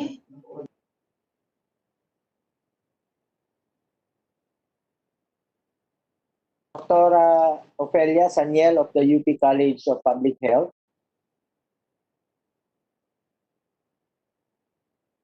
Later na lang po, Dr. Troy Hepte. Dr. Troy. Hello, Senator Bong, Mr. Chair, and honorable senators. Thank you po for the opportunity po to join you.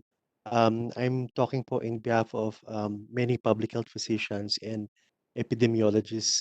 So our current situation po, what we have now is a public health management problem what we are trying to accomplish po in a few weeks or a few months' time will actually take many, many years po to undertake. So we are in full support po of pushing for expedited timelines to build national, regional, and local capacity for disease surveillance. As a former epidemiologist and public health consultant in DOH, I've personally seen how dedicated and committed our epidemiologists and disease surveillance officers have been in collecting data and providing reports po on trends of diseases.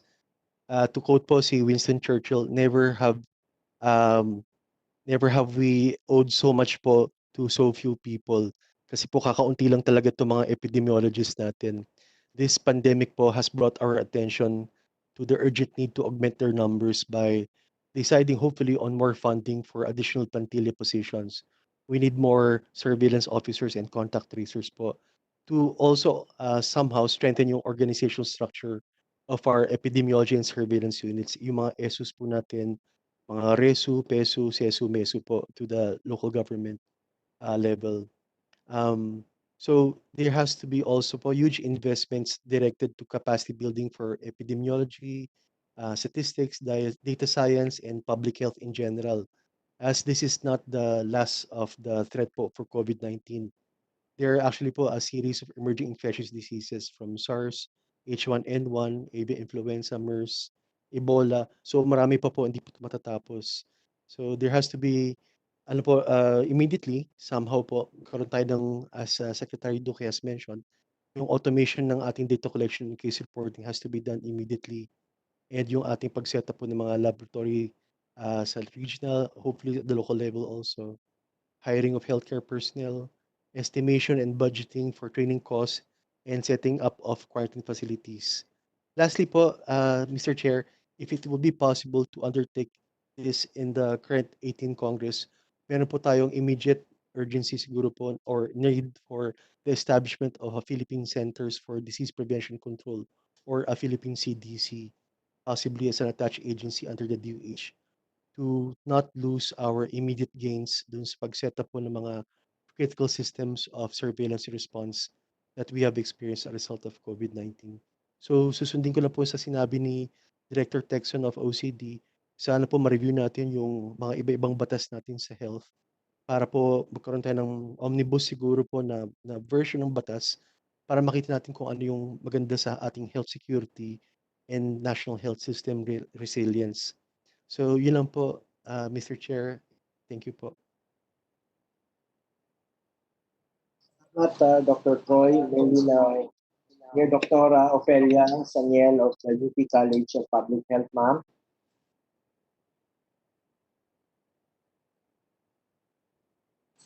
Dr.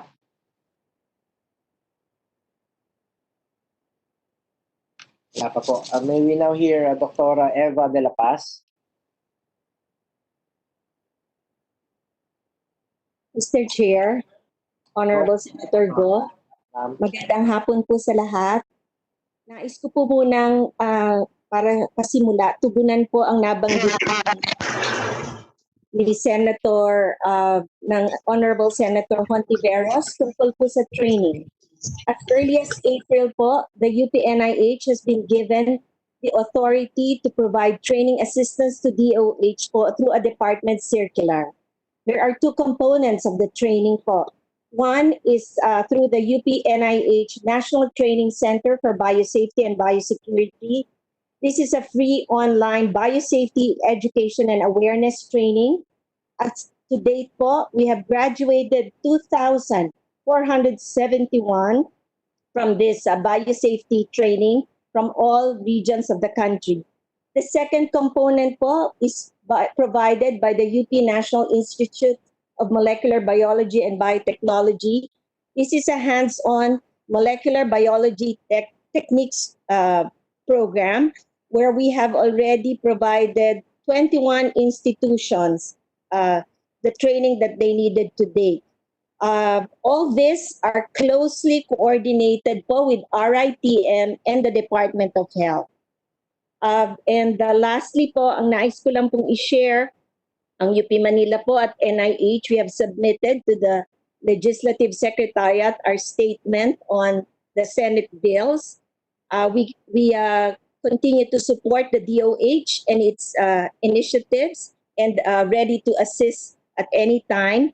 We recognize one of the more important needs of our country, which is to improve the health literacy of all Filipinos, both young and old, to fight this pandemic. Maraming salamat po.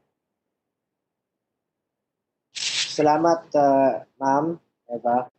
May we now hear Mr. Dr. Chair. Go ahead, Senator Riza. Salamat kaayo. Gusto ko lang pong i-make of record yung appreciation ko sa update na binigay ni Dr. De La Paz sa komite natin.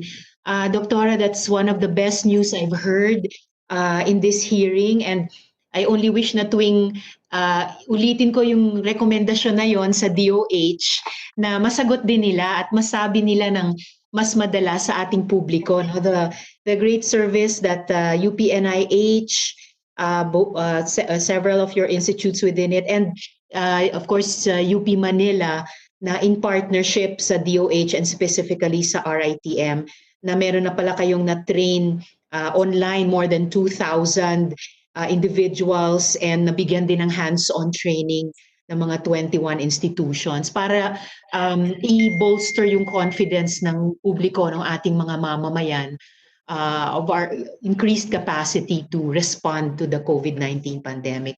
So salamat para doon, Dr. De La Paz, at salamat kayo, Mr. Chairman. Maraming salamat din po.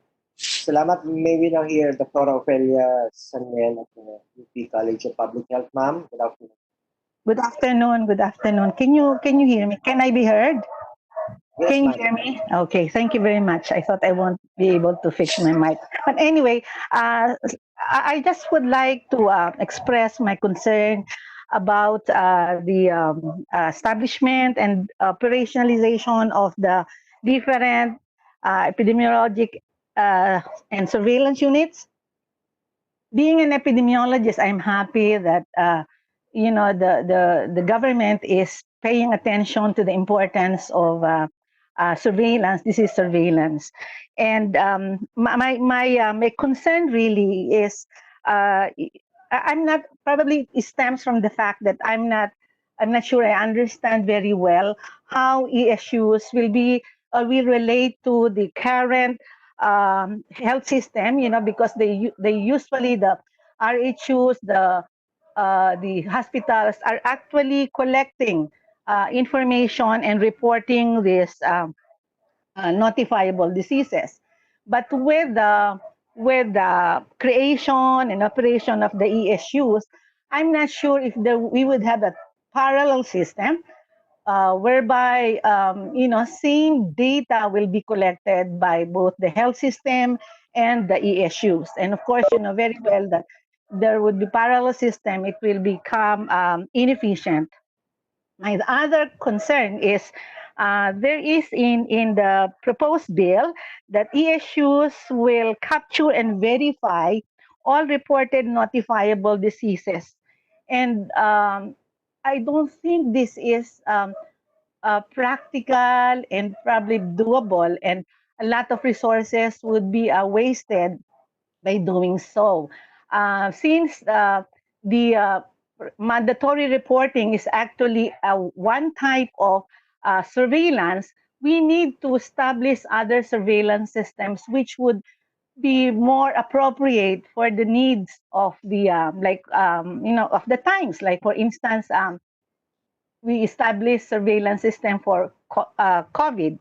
But my concern again is I'm not sure if you are aware of the existence of SPEED. SPEED stands for Surveillance in Post Extreme Emergencies and Disasters. And I was wondering why SPEED did not activate during the COVID during this COVID outbreak, because SPEED has been a lot of resources has been poured in to develop the system. The system of course has been tested and used a lot of times before in various disasters, and probably at some points there would be some problems in speed, but my point is speed is already there. Why should we need to establish a new surveillance system when we actually have one? Probably we just needs a bit of tweaking and oiling here and there so that it will be functional.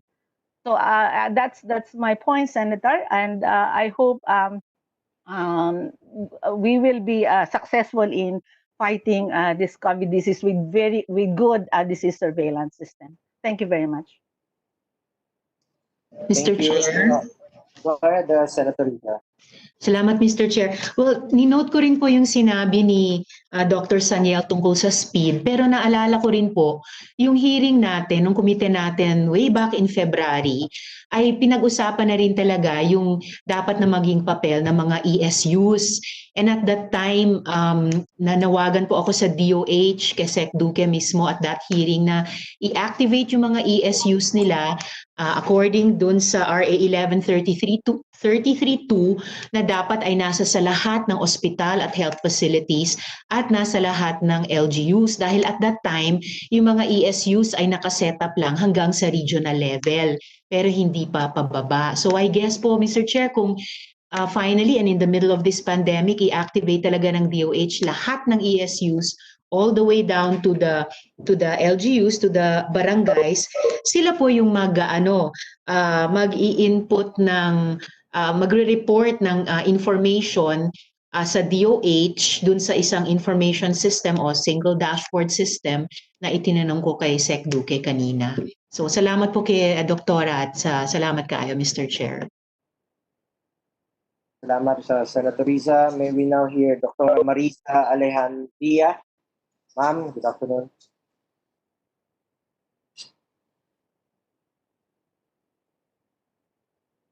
Doktora Marisa.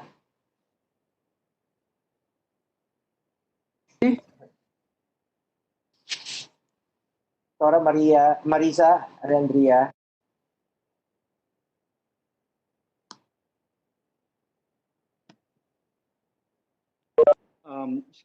Mr. Chair, can I just afternoon. comment on what Good afternoon, Senator.